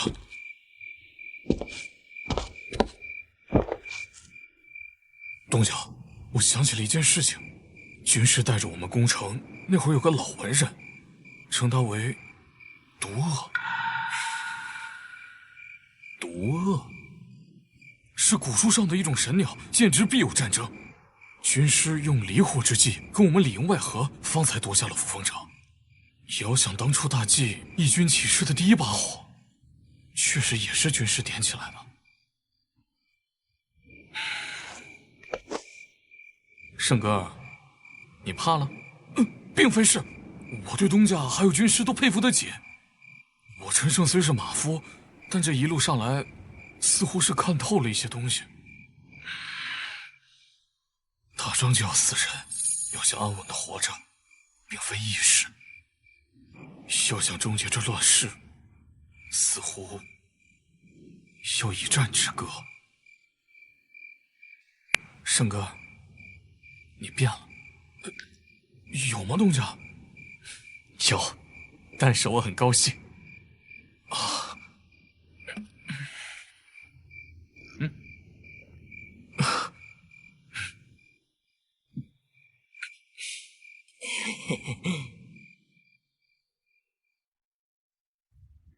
徐老，这包袱里放了些水和干粮，里面还有金疮药、刺平的便是。我会回来的。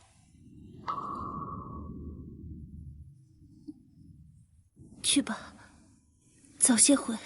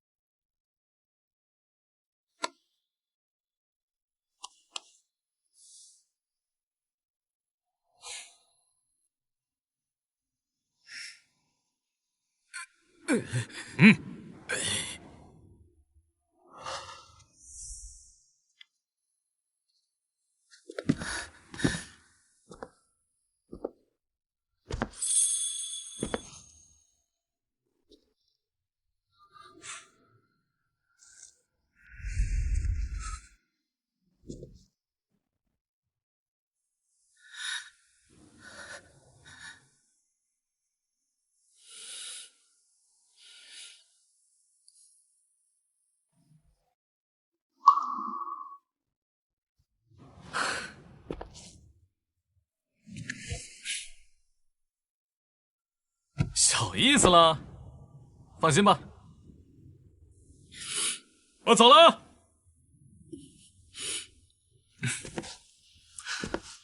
再见，再见，再见。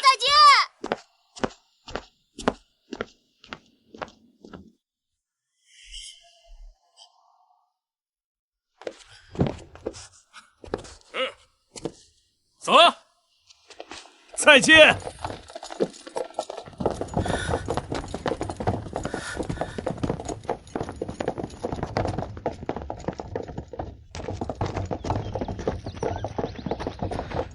东家，方才夫人似是在哭啊。陈兄啊，你不懂啊，这可就叫做爱情。您懂，我当然懂。庄子里的八婶下月便与我结亲了。哟，二人定情已久。哎，我记得那八婶，她不是个寡妇吗？咋了？寡妇怎么了？她男人死了，难道她就要随他而去啊？更何况她男人要没死，也把她卖了。我俩是真心相爱，你懂个甚呢？这就叫有情人终成眷属。厉害，您厉害还不行吗？那是。许长公在。一会儿带几个人去前面打探一下情况，记得我们是来走访的，陌生事端。放心吧，东家。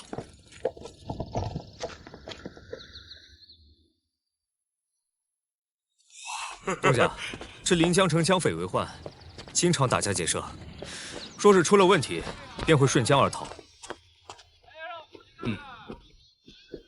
东家，此处霸占的水匪约莫有万人，水寨藏得太深，无法探到。方才你们入城，我每个人交了80两保头税。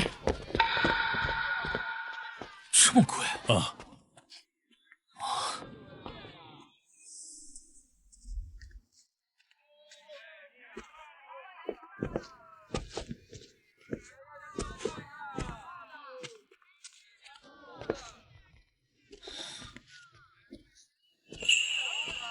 东家，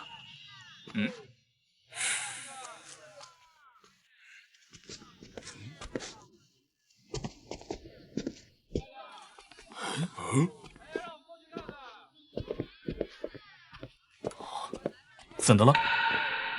东家可知他是谁？他是谁？如果我要是没看错的话，那便是30州的李知秋舵主，是我等这些侠儿的头。在我跟常少爷之前，见过一场。陈先生，这怎么说？东家有所不知，所谓舵主，便是30州侠儿堂共同推选的首领。这李知秋，我先前听说人在西域，可不知怎的，这又出现在了蜀州。东家务必小心，此人非同一般的侠儿，他的想法，并非是杀官杀皇帝，而是想让30州的侠儿聚在一起，夺天下。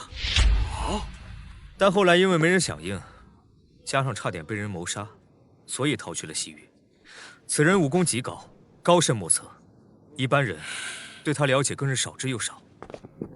但我认得出他旁边的书童，是他的贴身死士李逍遥。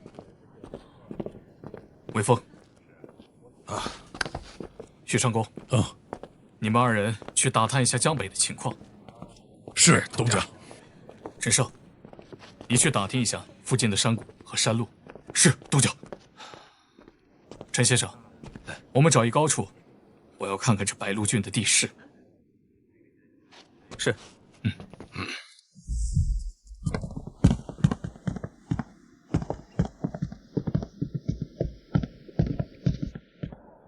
此地便是临江的望江台了，看起来像是书生附庸风雅的地方。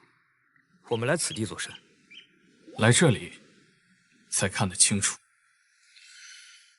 白鹿郡或许不难攻下，但是攻下要如何防患那些江匪？几万江匪联合起来，也并非是没有可能。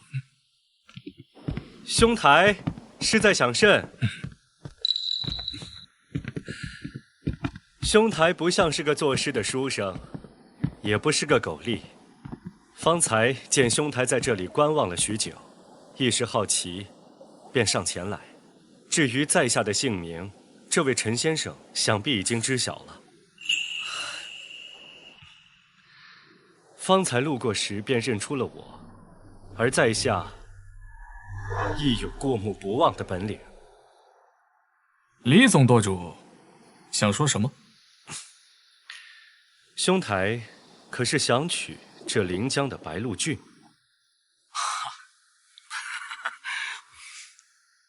兄台可有妙计？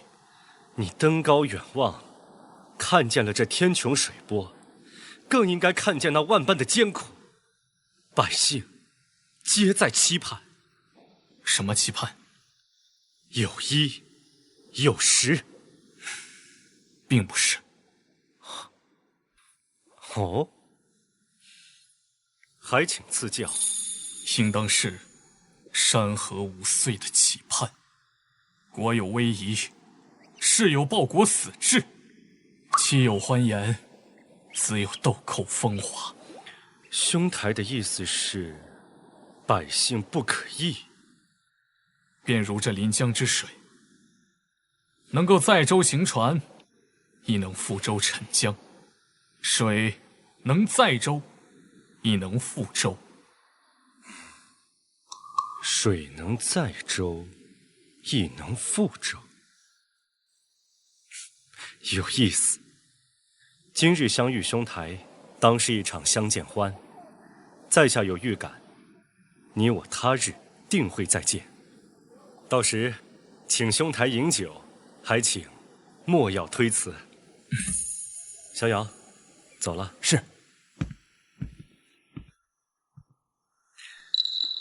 听闻了塞北草原的事，知秋对小东家佩服得紧。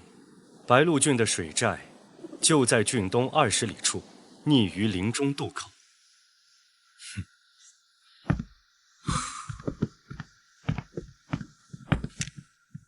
东家，我等该当如何？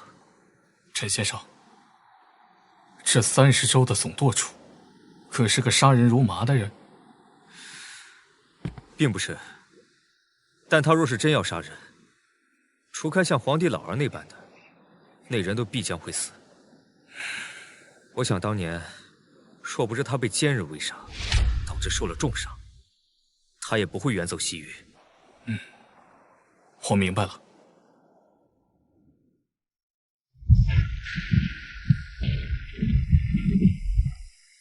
无路可退，便无需再退。你我都知，主公走到今天不易。消息是刚传出来的，慕云州与蜀州边境的交界，至少7股溃军，被朝堂册封为定边将，共计2万余人，即将奔赴扶风城而来。那皇帝是想不出这道计的，只能是陈长庆这个狗夫。主公尚未回来，还需多久？约莫1天的时间。李将军，我带3000人过去。若是主公回来，你便与他说，拿下临江的城郡，莫要再挡。慕云州那边恐有大军来袭。军师，3000人迎战定边营，够否？扶风城上需要驻守，到时候主公回来也需大军同往。这是主公入蜀的第1战，我等定要打出威风，立稳蜀地。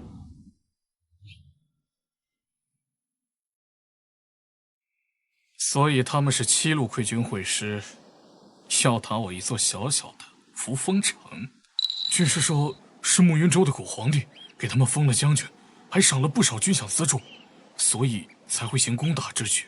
军师那儿怎么说？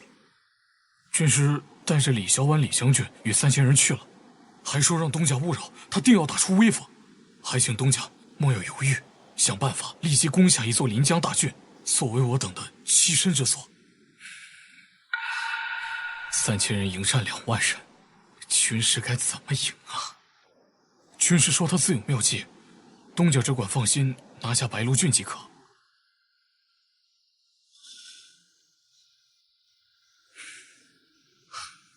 既如此，陈胜，去把大家都叫来。明日我们要奇袭白鹿郡的水匪。是。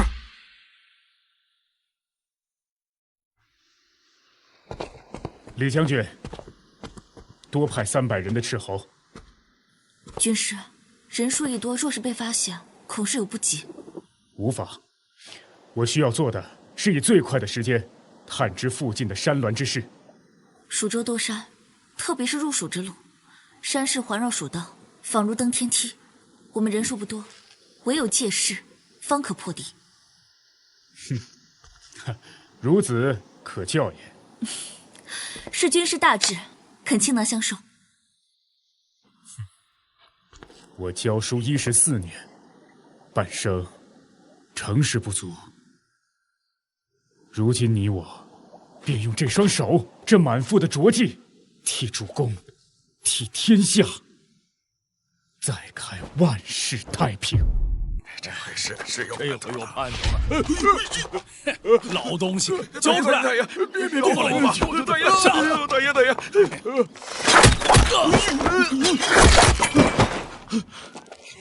长公，江匪的哨探都射杀了吗？都射杀了。哎呦，将军，快救我们！你们这是？我等是临江沿岸的渔夫，听说将军要征伐江匪，我等几人便前来相助。眼下我等有70余筏渔船，假若将军要用，我等均倾力相助。听说林子里埋伏了6000江匪，将军，您可要当心呐！将军莫要谢我等，只盼着将军能赶走江匪，让我白鹿郡的13万百姓能活得下去呀！是啊，将军。将军，老人家请起。老人家请起。老人家，我等来白鹿郡就是为了剿灭江匪，定不会辜负老人家的期望。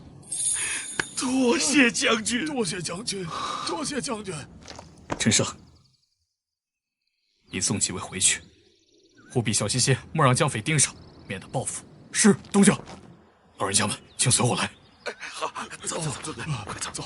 多谢将军，多谢将军。陈家桥，你率1000人留在此处，若有江匪逃往城中，便将其截杀。若是势不可为，便藏匿在附近，再做打算。是，东家。余下的人，点齐刀剑、火油，随本将军攻入江匪的渡口。是，东家。好。记着，我等不善水战，能火攻便火攻。是。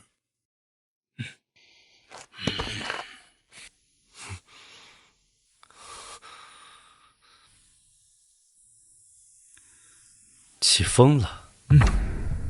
看来这火势要烧起来了。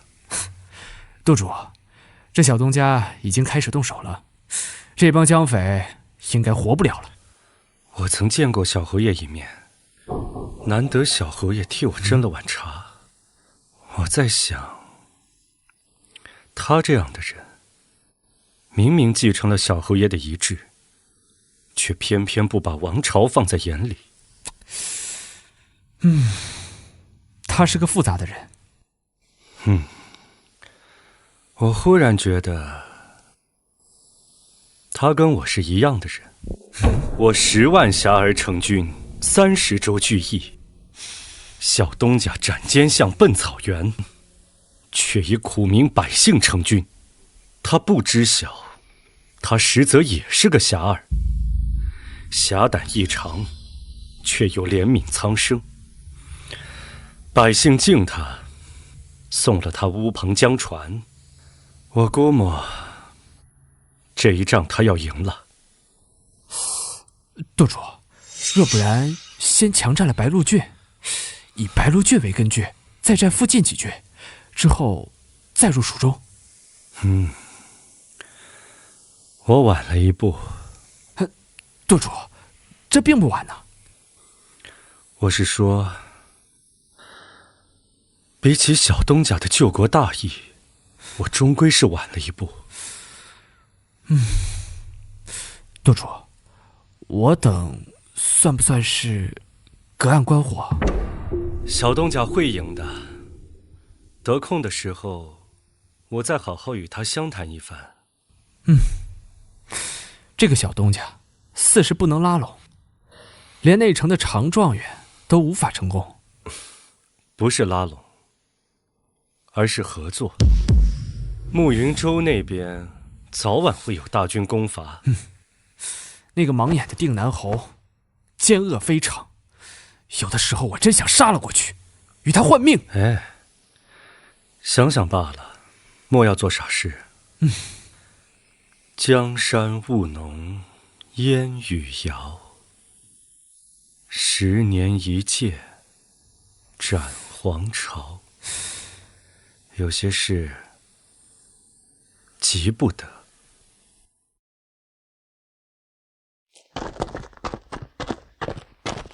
东家，这次收获了近100艘战船，财宝、粮草都有。哎呀，天知道这帮江匪到底刮了多少民脂民膏。木哥，城头的旗子我都抄好了，以后就是咱们家的了。微风，东家，你那边如何了？江匪啊，拿百姓要挟，骑兵营啊杀红了眼。嘿，救出百姓后啊，沿着江边追杀了10几里，我也没管。嘿，尸体啊是铺了一路，剩下的那些活着的江匪啊，胆儿都吓破了。做得好！我等从边关回来，他们是为百姓在守国门，自然见不得这帮江匪欺辱百姓。走吧，回白鹿郡。哎，东家，那个打伞的在郡里等您呢。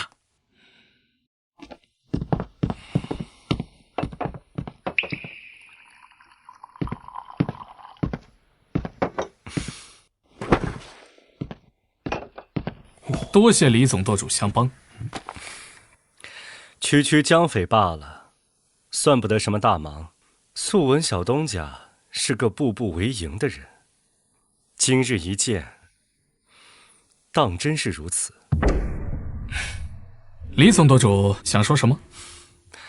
你定然知道，慕云州是不会让你做大的。陈长庆会带着万数的大军前来攻伐你。你是个聪明人，知道扶风城守不得，所以才取了白鹿郡作为据点，想以江险拒敌。而蜀中的3个蜀王，也绝非善类。若是你入蜀的第一战打得不得意，辱了天下第一布衣的威名，那定然会有人来讨你的大逆不道。道理很简单，自家的屋檐下，哪容得别人站着避雨？李总舵主，你说了这么多，到底想说什么？我想跟你合作。比起蜀州，还是慕云州更适合我。但你我都知，慕云州有大军，更是傻子皇帝的朝堂所在。陈长庆若是来攻伐你，你我联手，我帮你把他打烂。陈长庆一旦兵败，你便有机会去慕云州。不想与你争蜀州了。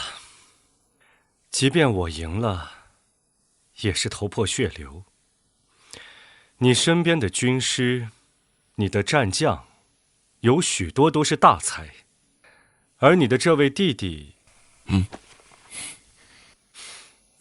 更是万中无一。木哥，他夸了我呢。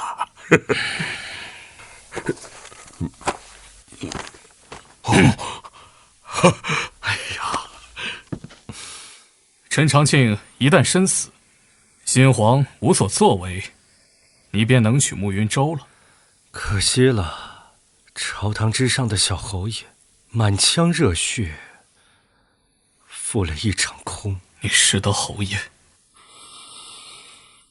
是的，那一年我入长阳行刺皇帝，失手之后被奸相的人追得退无可退，是小侯爷救了我。小侯爷说，这天下间能让他亲手侦查的人不超过3个，但还是给我斟了一碗茶。他还说，不管是明是暗，想救天下的人都不该死。好，你我便合作这一场。若是赢了，你我都无后顾之忧。我入蜀中，你去暮云州，也算是两全其美。李总舵主，请一步。请。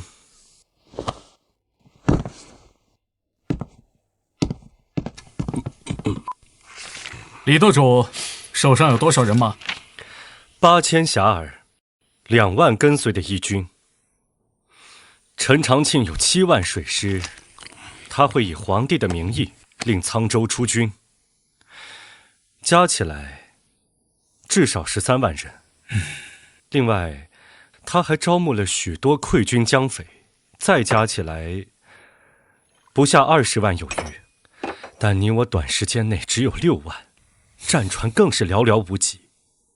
小东家，这一仗你敢打吗？敢打。如果有选择，我亦不想打水战，但你我没有第2个选择。陈长庆一旦登陆，以蜀州边境的地势，你我必败无疑。水战是唯一的机会，但你我的胜算不足30%。不少了。这还是加上你的志气，还有誓死不畏的士气，否则的话，1成都不到。李舵主还真是实诚人。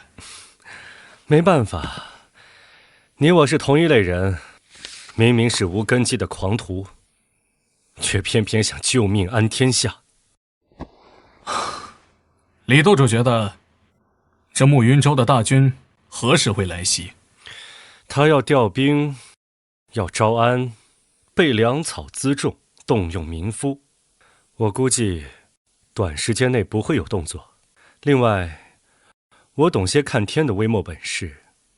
明日过后，湘江会入一场雨季，所以接下来这1个月，便是你我最后的筹谋。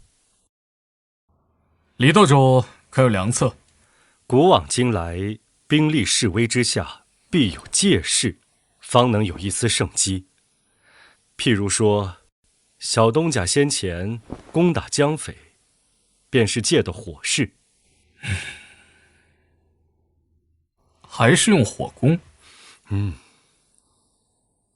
陈长庆久居湘江，虽然奸猾，但绝非庸碌之辈。莫要忘了，他可是跟着小侯爷一步步打下的定边大将。这我知道。所以，他必然会防火攻。这段时间，你我多取战船。白鹿郡附近有一个水寨，我寻思，想必能巧来100艘战船。另外，在白鹿郡内有一个造船的韦家，小东家可亲自前去拜访。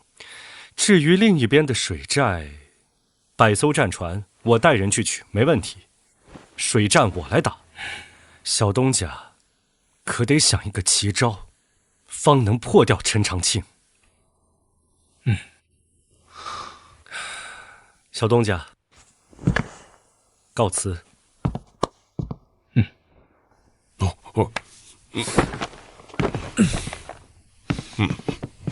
四虎，去拿把伞。木哥，要去哪儿啊？吃羊肉汤子，再晚半个时辰就收档了。啊，那赶紧的呀！哎呦，木哥，这不像喝羊肉汤的地方啊！徐将军，幸会幸会。哈哈哈，这边请。我家小院儿还行吧？哈哈，请上台。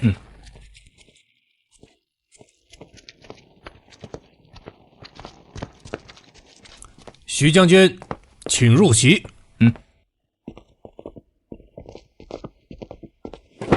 哎呀，木哥，还真有羊肉汤啊！听闻徐将军要来府上，老夫特意备了菜。徐将军吩咐我等要做一份羊肉汤子。啊，木哥，哎呀，多谢韦家主。哎，徐将军，您可是给我带了一份大单。不过这500人的战船做起来颇为不易啊，主要还是时间紧迫。并非是要新造，也可用商船改建，而且只要3艘。这船钉和木料，我会派人送来。来，木哥，但还是非常困难。徐将军，可有图鉴？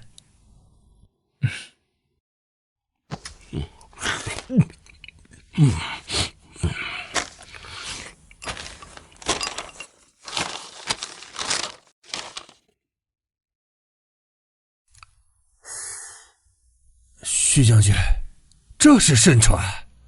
老夫竟从未见过。盾船。盾船，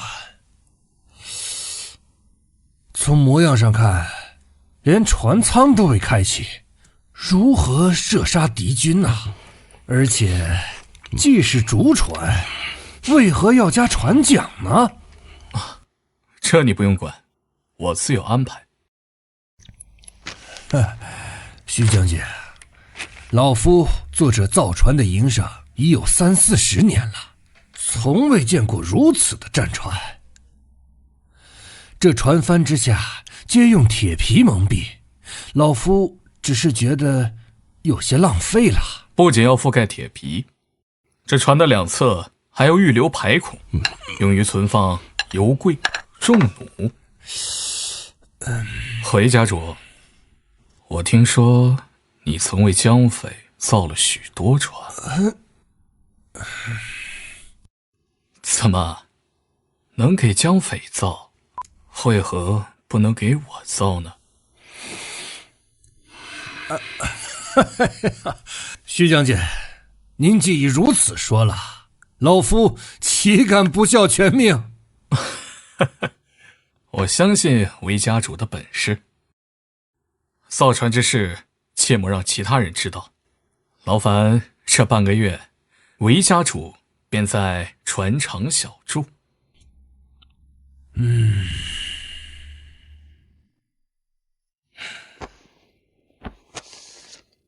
这个是定金。我知道韦家主心里怎么想的，无非是担心我徐木哪天在江上被人给打死了，你们韦家便做了无用功。但我相信韦家主是聪明人，韦家不缺这一场富贵，但是缺一个飞黄腾达的机会，而我徐木就是你韦家要的这个机会。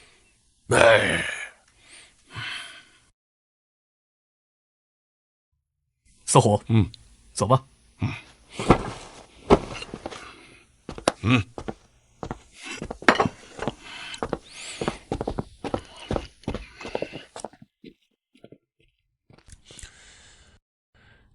这徐将军果然是位高人。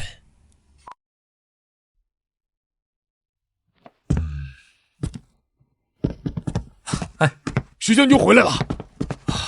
我等刚去驰援，便听李小婉将军派人回报，军师在峡谷伏杀，将2万敌军打得雕盔弃甲，死伤大半。他们打赢了！徐将军真是捡了2个能文能武的宝贝啊！军师诱敌入峡谷小路，李将军的后方以火势堵住去路，前方则是箭雨，两侧巨石不断从山谷上推下，后又添了一把大火，2万敌军死，全被歼灭。老爷，您的孙女当真是成才了，您在天之灵也应该瞑目了吧？将军，现在扶风城已经安全了，不久后军师会带着李将军到白鹿郡部署，扶风能赢了3000精兵，嫂夫人他们不会有事，请将军放心。徐文，这10日，你便在白鹿郡和扶风城招募新兵，新兵就交给微风训练。白鹿郡是我们的根基，一定要重兵把守才行。对了，徐将军，还有一事，听说那位30州舵主已经打下一个水寨，缴获战船近100艘。这么快？那些小二军也不是怕死的，听说在攻寨的时候，有些人为了抢夺寨门，直接乘坐火房，赴死烧门。将军，我便先回扶风城。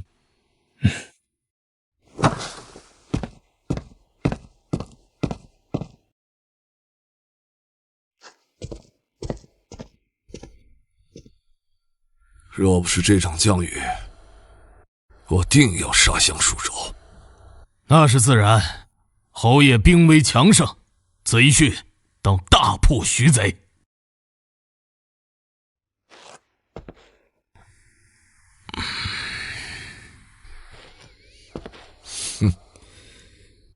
程鲁啊，最近你的嘴巴是越来越甜了，莫不是心虚，做了什么对不住我的事吧？侯爷，我怎敢啊！若非是侯爷，我早已经死在长阳了。你记住，你的命是我留下的。是。远安现今如何？陛下听从了侯爷的意思，正准备发圣旨，招安慕云州和沧州2地的江匪溃军。另外，沧州那边的莫老头在接到圣旨后，也已经答应出兵了。程卢啊，我问你，小侯爷死的时候，为什么选了小东家这个白衣白身，而不是选我这个征战南北的大将呢？那是小侯爷他眼拙，看不出侯爷您的身子上分明有金龙萦绕的气息呀。金龙萦绕，哈哈哈哈！说得好，我程长庆却是金龙萦绕之人。传令下去，雨季一过，慕云州20余万大军，1000艘战船，杀向江西。这一次一定要杀了小东家，更要占领蜀州。是。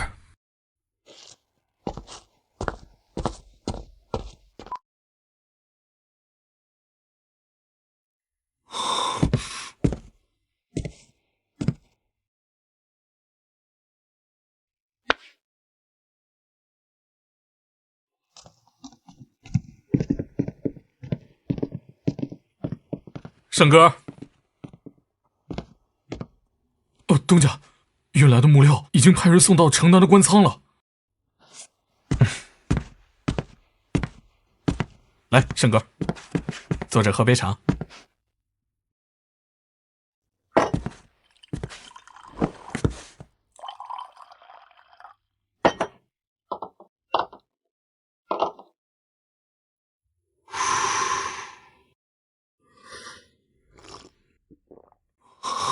东家，若是哪日需要我，莫忘了我，我陈胜尚能握刀。沈哥，说现在还是一个盛世，你说你我会如何？或许我就只是一个马夫，但我不会流离失所，更不会让妻儿吃不饱饭。可如今并非盛世，我只恨自己断了一臂。心中有刀，则万物皆可为刀。心中有刀，万物皆可为刀。圣哥，其实我早就想过了，如果这依然是个盛世，我想你也不会是一个普通的马车夫，因为我早就看出了你的不凡。东家说的可是真的？你有一颗赤子之心，在这个乱世难得可贵，已经超越很多人了。东家说是，那就是。打仗不只是要死人，也要花很多的钱。采薇替我看着庄子，周孙周洛他们打理商道，吕奉陆劳帮着酿酒，而这军中的事务，我能依靠的只有你。东家，我做的不够好吗？不，恰恰相反。我曾听说过一个词，叫人体代偿机制。你虽断了一臂，挥刀不如前，但是却大大的激发了你的统筹能力。后勤是大军的保障，若是要打胜仗，稳定的后勤必不可少。你的刀就该用在这儿。东家，我晓得了。之前夫人教我读书看账，那些东西犹如天书一样，我看不懂。可自从咱们打了望州回来以后，我愈发觉得自己看得清军账，算得清辎重了。圣哥，我相信在不久的将来会迎来属于我们的盛世。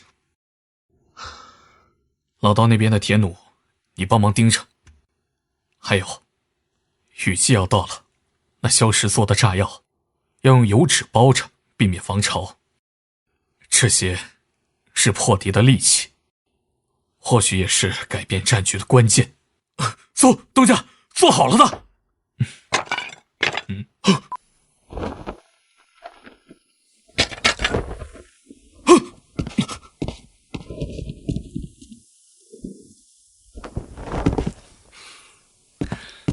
自己人。东家，我去看看火油，你们聊。不请我入座。李总舵主，来的时候能不能走大路啊？都没看清楚，搞得我很紧张，好不好？抱歉。李总舵主，请坐吧。请。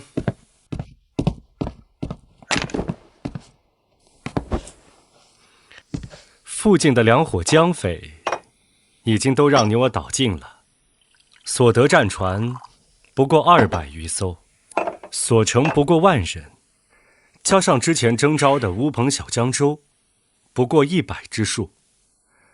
在下想问，小东家可是有良策？毕竟以陈长庆的声势，借着陡剑的冲锋，他定然是要打接弦水战的。火攻之法，我定然是有，但是陈长庆他也不是傻子，不会把船聚拢在一起，那火便烧不起来。小东家既已想到了这一阶段，想必自然有应对之策。那陈长庆发了讨贼逆文，江边的百姓已经捡到了。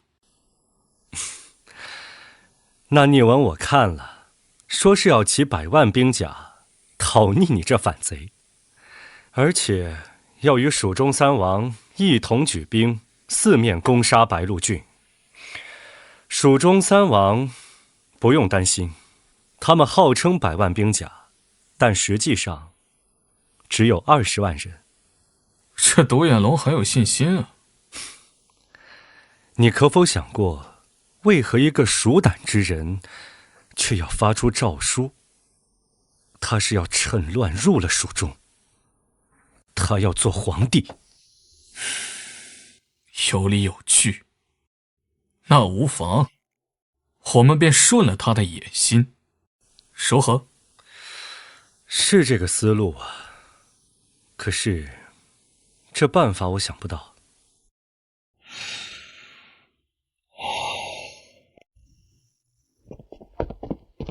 哎呀，这一仗打得痛快，打得漂亮。哎，主公，文龙先生，李将军，小东家，我们赢了。我说了，我是李家之后，我可以的。文龙让主公担心，愧疚难当。两位打了胜仗，可喜可贺。李小婉，以后你的兵你自己带，军号便叫做李家军，如何？当真？自然当真了。好，酿酒的，你记住了，你要手拿白鹿郡无暇顾及庄子里的事儿，我就替你守好这扶风城，保护好采薇姐，保护好庄子里的人。爷爷留下来的信，我看了无数遍了，我李小婉定能在这乱世有一番作为。好，不愧是我教出来的徒儿，虽是巾帼，但亦有报国之志。我相信你。我也相信你。好，等我回了这扶风城，便要告诉采薇姐，咱们这仗打得有多痛快。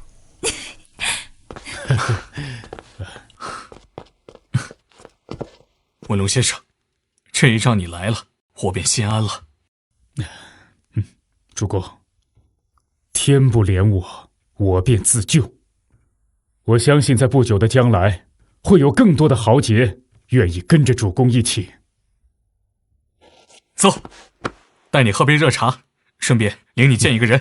好。文龙先生，让我李知秋亲手侦查的人，这天下间不超过3个。又是这烂到姥姥家的台词，真是听了1万遍不止啊！在路上之时，便听人讲了，陈长庆的大军欲犯江而来，号称100万兵甲，讨逆主公。李舵主能与主公联手，但敌军势大，需做好万全打算。不知文龙先生有何妙计？回来之时，我一路在想，能否出齐军。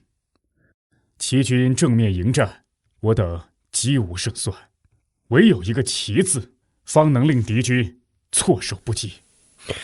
文龙先生此言大善。所以船上之战只是一方面，水底我等亦有作为。李舵主可组一支水鬼作为死士，凿穿他们的舰船，当有奇效。这若是以斧凿击穿战船，无疑为天公说梦啊！这法子行不通啊！李舵主，且听我说完。先前主公提出要用火攻，想必尔等心中早已有了对策。若是陈长庆的大军泛江而来，那盯着的东西是主公的船还是人？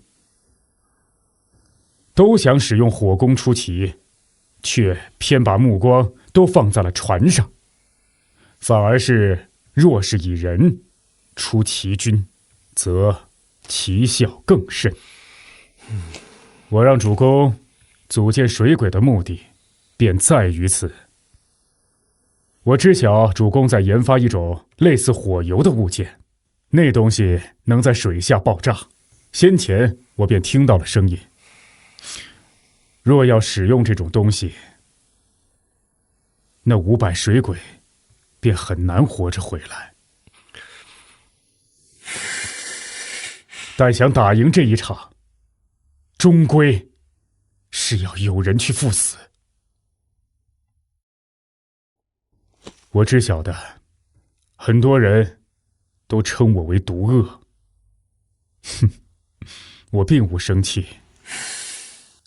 这天下间，哪一轮的日月换新天，都是战争与血的洗礼。教书14年，我怎不知，安定天下是为厚泽民生，但五百水鬼仍赴死保家，亦是英雄。若能大破陈长庆，百姓得以生息，主公入蜀之事将势不可挡。便如文龙先生所言，这一战你我退无可退。这水鬼之事，你去还是我去？我去。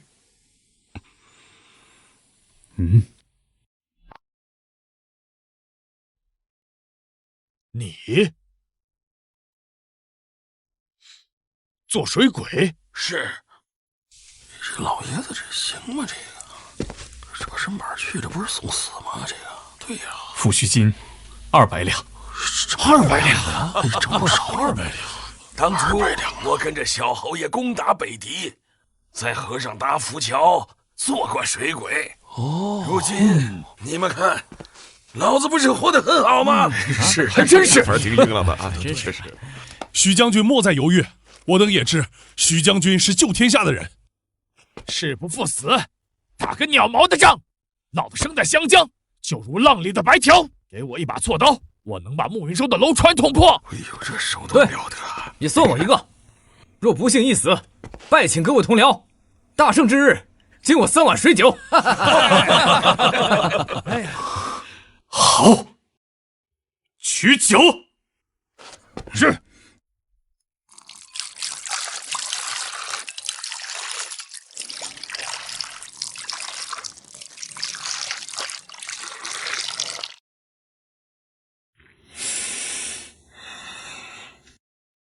这污浊的天下，这暗沉沉的世道，终归要有万千英雄，抱以舍生忘死之志，将父老妻儿护在城墙之后。我徐穆敬拜白鹿郡500蛟龙，当有一日，蜀州的安定，天下的太平，当如尔等所愿。徐将军，你且瞧好了，老子们便是湘江上的蛟，定叫敌军有来无回。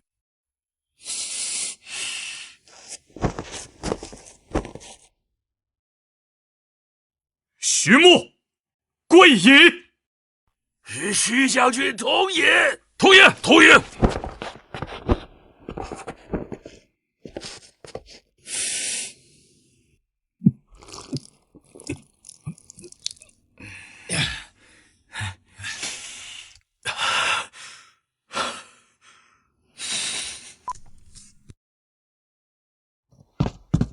东家，韦家那艘战舰快要建好了，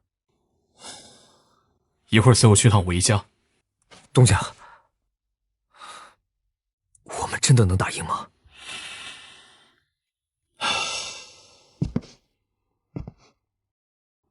敌军势大，更携着那傻子皇帝的圣意，看起来我等更像是个贼党。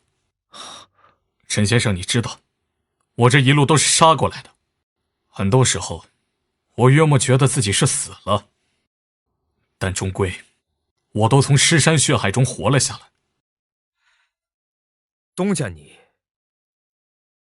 是帝民，东家站在此处，那湘江的江水就似乎更加汹涌。若是让我所言，那便是有真龙在此，将引来翻江之势。陈先生有功夫琢磨这些反诗，不如多帮迎兵扛几袋河沙。是。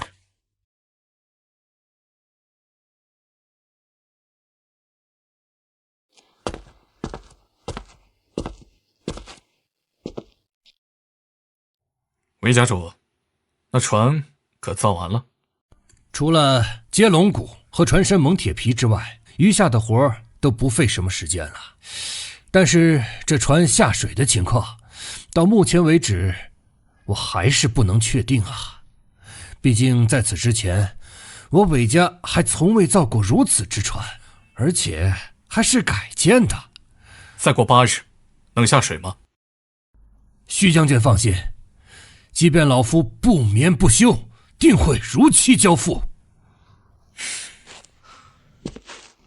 韦家主是聪明人，劳烦韦家主了。哎，东家，我观那战船，造的有些怪里怪气的，好似一只大乌龟。不过又当如那玄武神龟镇守北地，当有帝者之气。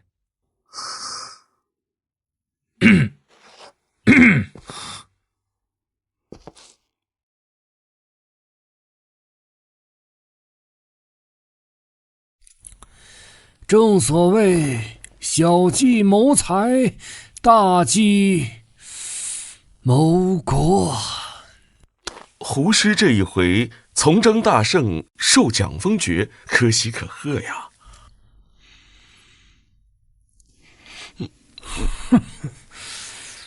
我胡家要的可不是这些东西。胡师，那是什么？云从龙，风从虎，而我胡家也到了该抉择之时。陛下却在墨云州。陛下是那位缩在龙椅上的陛下吗？是。胡师，听闻蜀中最近有一个中年文士，有些技艺被人称为毒恶。听过了，不知是何人取的名头，一个郁郁不得志的教书先生也能跻身幕僚之席了。哼，这天下间唯有凉州的那位才配与我评论毒恶，便如史书上那些阿猫阿狗，只增笑耳。这一场要定天下了。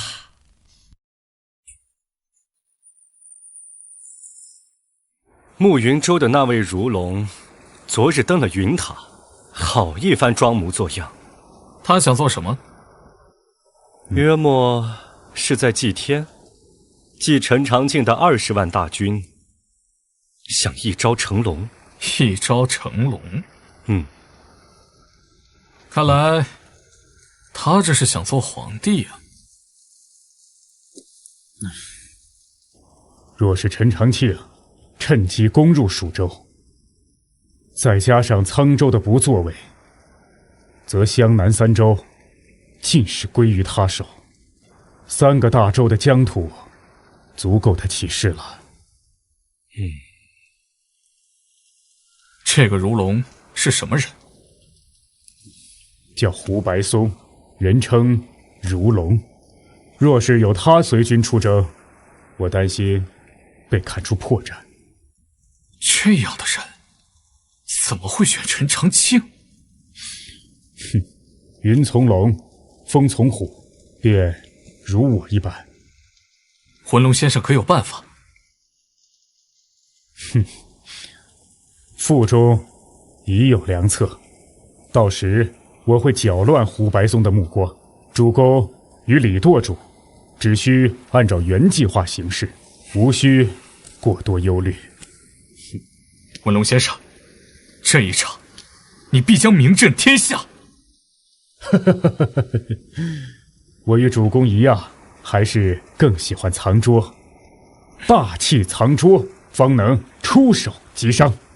但眼下我约莫是藏不住了。今日的雨似要更大了一些，物极必反。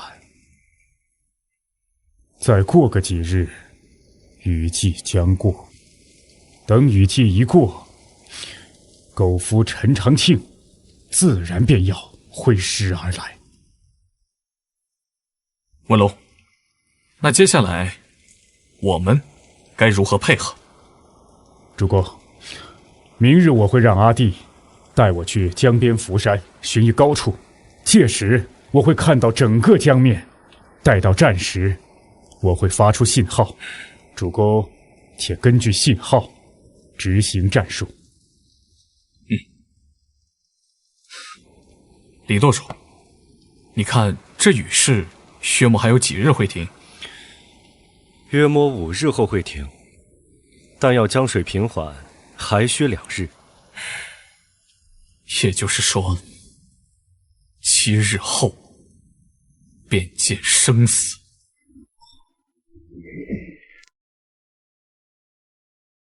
军师稍坐。辛苦阿弟。这里是福山的制高点，足以目测整个战局了。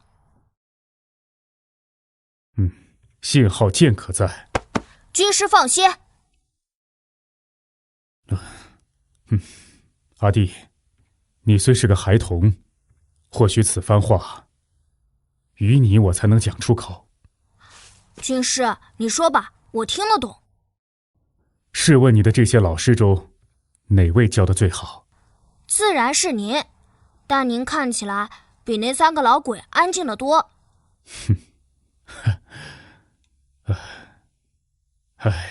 为师我是个平静的人，平静的教书，平静的伺候卧榻的妻子，直至妻子死去，我葬了她，后一把火烧了屋头，直到走到今天，我一直很平静。但不知为何，今日我心血翻涌。秀才爷爷说过，世道的污浊需要有人来清除。瘸子爷爷讲过，就算天下不公，总要有人铲平不公之事。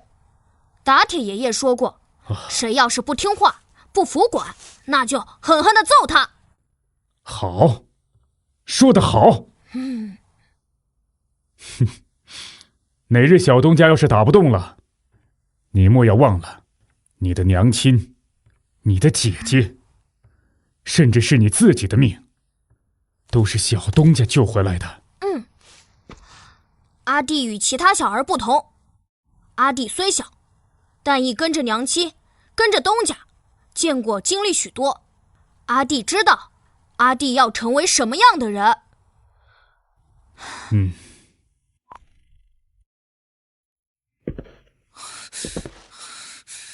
徐母，你是朕的托孤大臣，好吗？爱卿，你可是答应过小皇叔的，小皇叔若是在这儿，他绝对不会让你这样做。徐母，徐母，徐母，你这是要做什么？陛下，你该并天了。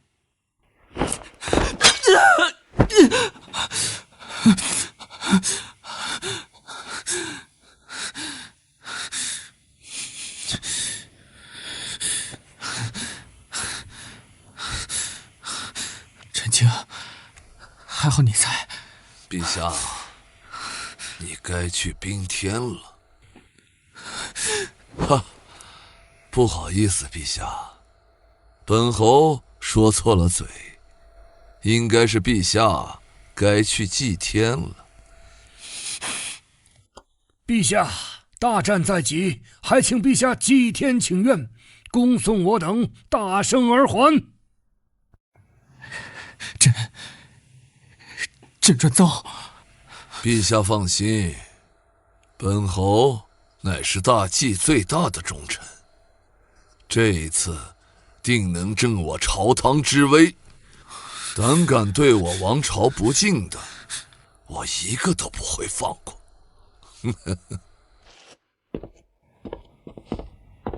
望陈情凯旋。陈长青，你的死期快到了。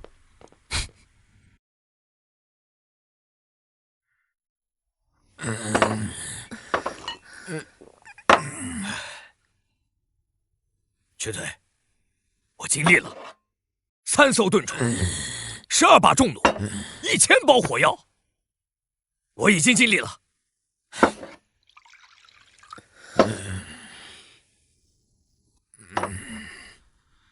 他总是在逃命，什么时候才能争气些，把整个江山打下来？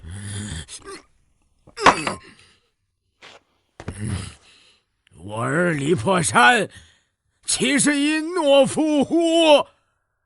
他枭首破敌7000里，兴了天下。他是我儿。你儿在草原上？不，他就是我儿，是我们的儿。对，等他打赢了回来，一定要让他们挨个给我们敬酒。他说过的，要给我们养老的。对呀，来，我儿，我儿，死不掉的。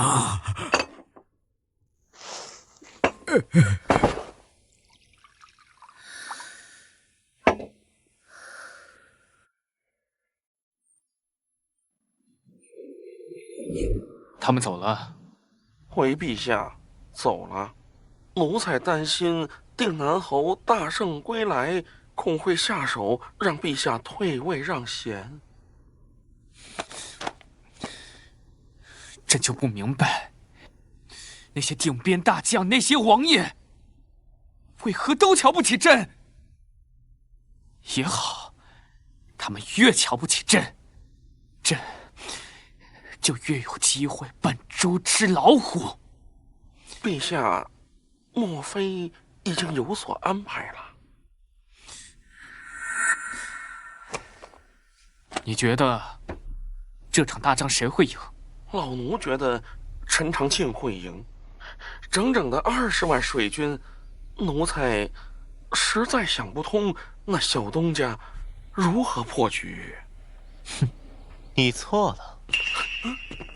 你是何人？没有人会比陛下更了解那徐不疑。他就算是输了，也会狠狠地咬陈长庆一口。不过没有关系，无论谁赢，他们都会削弱彼此的实力，而陛下将会成为最大的赢家。陛下，这位是？这位是大计的国师。参见国师。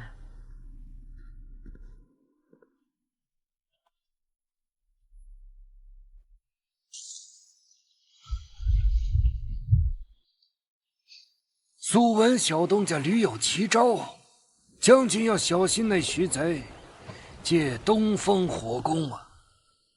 军师啊，我陈长庆以打水战而闻名天下。且不说他那一把火能不能烧起来，就算烧起来，又烧得了我几条船？可别忘了，我的船队可进也可退。当年我陈长庆率3万水军，硬生生将那叛贼的6万水军尽数打沉。莫非他以为我是个庸家，不识兵法的吗？将军韬略无双，此战过后，将军势必要夺天下。起初我只想做个定边将，可现在做了这个侯爷之后，我才发现登高眺望的感觉实在是让我欢喜。如龙先生，你知道吗？从离开长阳开始，我便一直在想着那张龙椅，凭什么那个废物坐在，而我却做不到？哈哈哈哈！将军乃不世之才，臣愿辅佐左右。如龙先生当初提点的挟天子之计，真是妙不可言。若要我陈长庆说，这天下间的善谋之事，如龙先生定当排首位。哈哈哈哈！这天下间唯有国姓侯视为雄主，可奈何英年早逝。至于什么一品布衣、30州辖总舵主，都是无用之功。他们啊，便如朝生暮死的蝼蚁，昙花一现嘛。唯有将军才能接管这天下。吴陈长气，暮云州定南侯奉讨逆诏书，率100万兵甲万艘战船绞杀徐贼，若有相党者，就地格杀！杀！杀！杀！文龙先生，炸药都用油纸包好的，短时间内不会进水。诸位英雄，都熟悉怎么用了吗？申哥，他们都会了的。替我告诉主公，且看着吴贾文龙，定把那暮云州的狗头军师杀得跳江赴死。文龙先生，我等准备好了。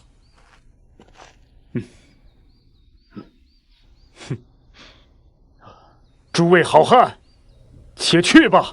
若我等回不来了，还请军师告诉主公，老子们吊着卵，无一人进，无一人退。没错，没错。我等便去了。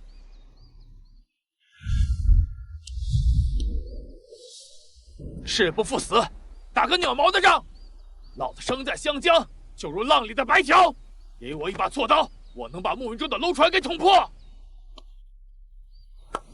我跟着小侯爷攻打北狄，在河上搭浮桥，做过水鬼了。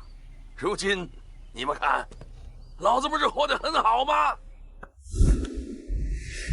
你送我一个，若不幸一死，拜请各位同僚，大胜之日，敬我3碗水酒。我等拜遍文龙先生。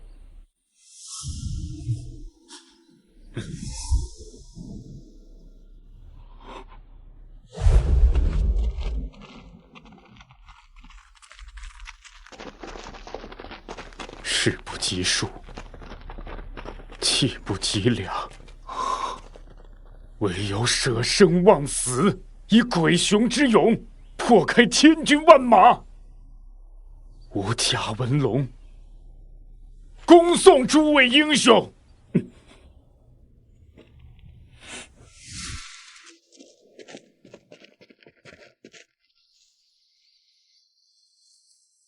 诸位，莫要忘了我等为何走上这遐儿的道路。朝堂腐败，内忧外患，我等要做的就是推翻旧朝，建立一个全新的王朝。唯有如此，这万万里的天下方能拨乱反正。此一战，乃我等立身之根本，退无可退。随我登船。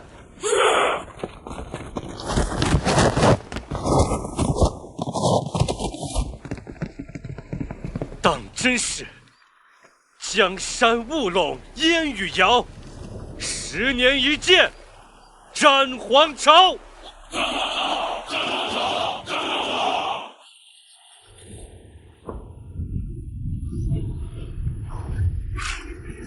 徐将军，宇之秋已经带了人马先行示阵，令我部3000水军正埋伏在沼泽林子中，魏峰则带着轻骑在林外守候。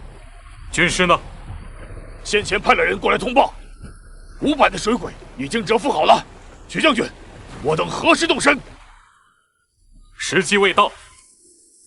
江面狭窄，虽然易于埋伏，但是3艘盾船，这般出击，只会被敌人围堵在外围。通知兄弟们，准备好葫芦的火油。时机一到，我们再烧船。是。木哥，现在做甚？你知晓了，我便是要杀入敌营的好汉。会有你表现的机会的。东家，还是东风。再探，若是有信号，立刻来报。是。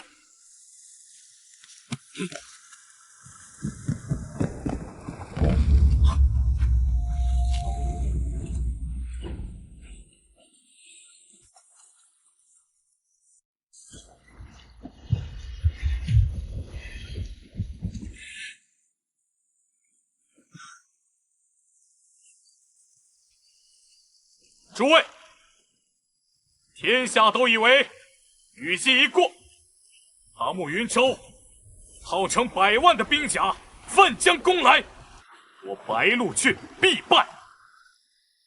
但是，我早就说过，我等皆为讨命而来，出剑的局势，不是我等生，便是死。握紧自己手中的刀剑，问问自己，是不是掉卵的好汉？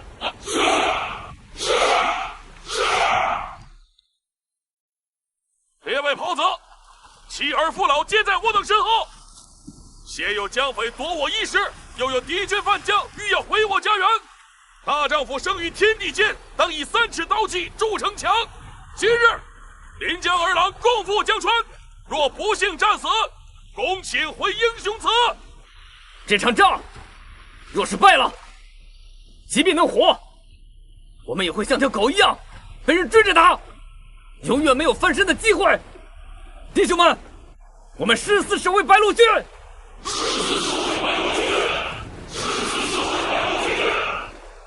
天下这般污浊，终归要有人扫。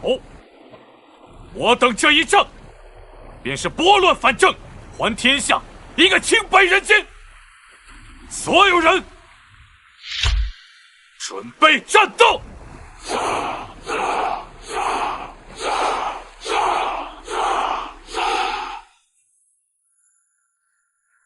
魏小武在，把徐子淇插在船头。将军，若是如此，敌人就该认出帅船了。莫管，按我的吩咐做。是。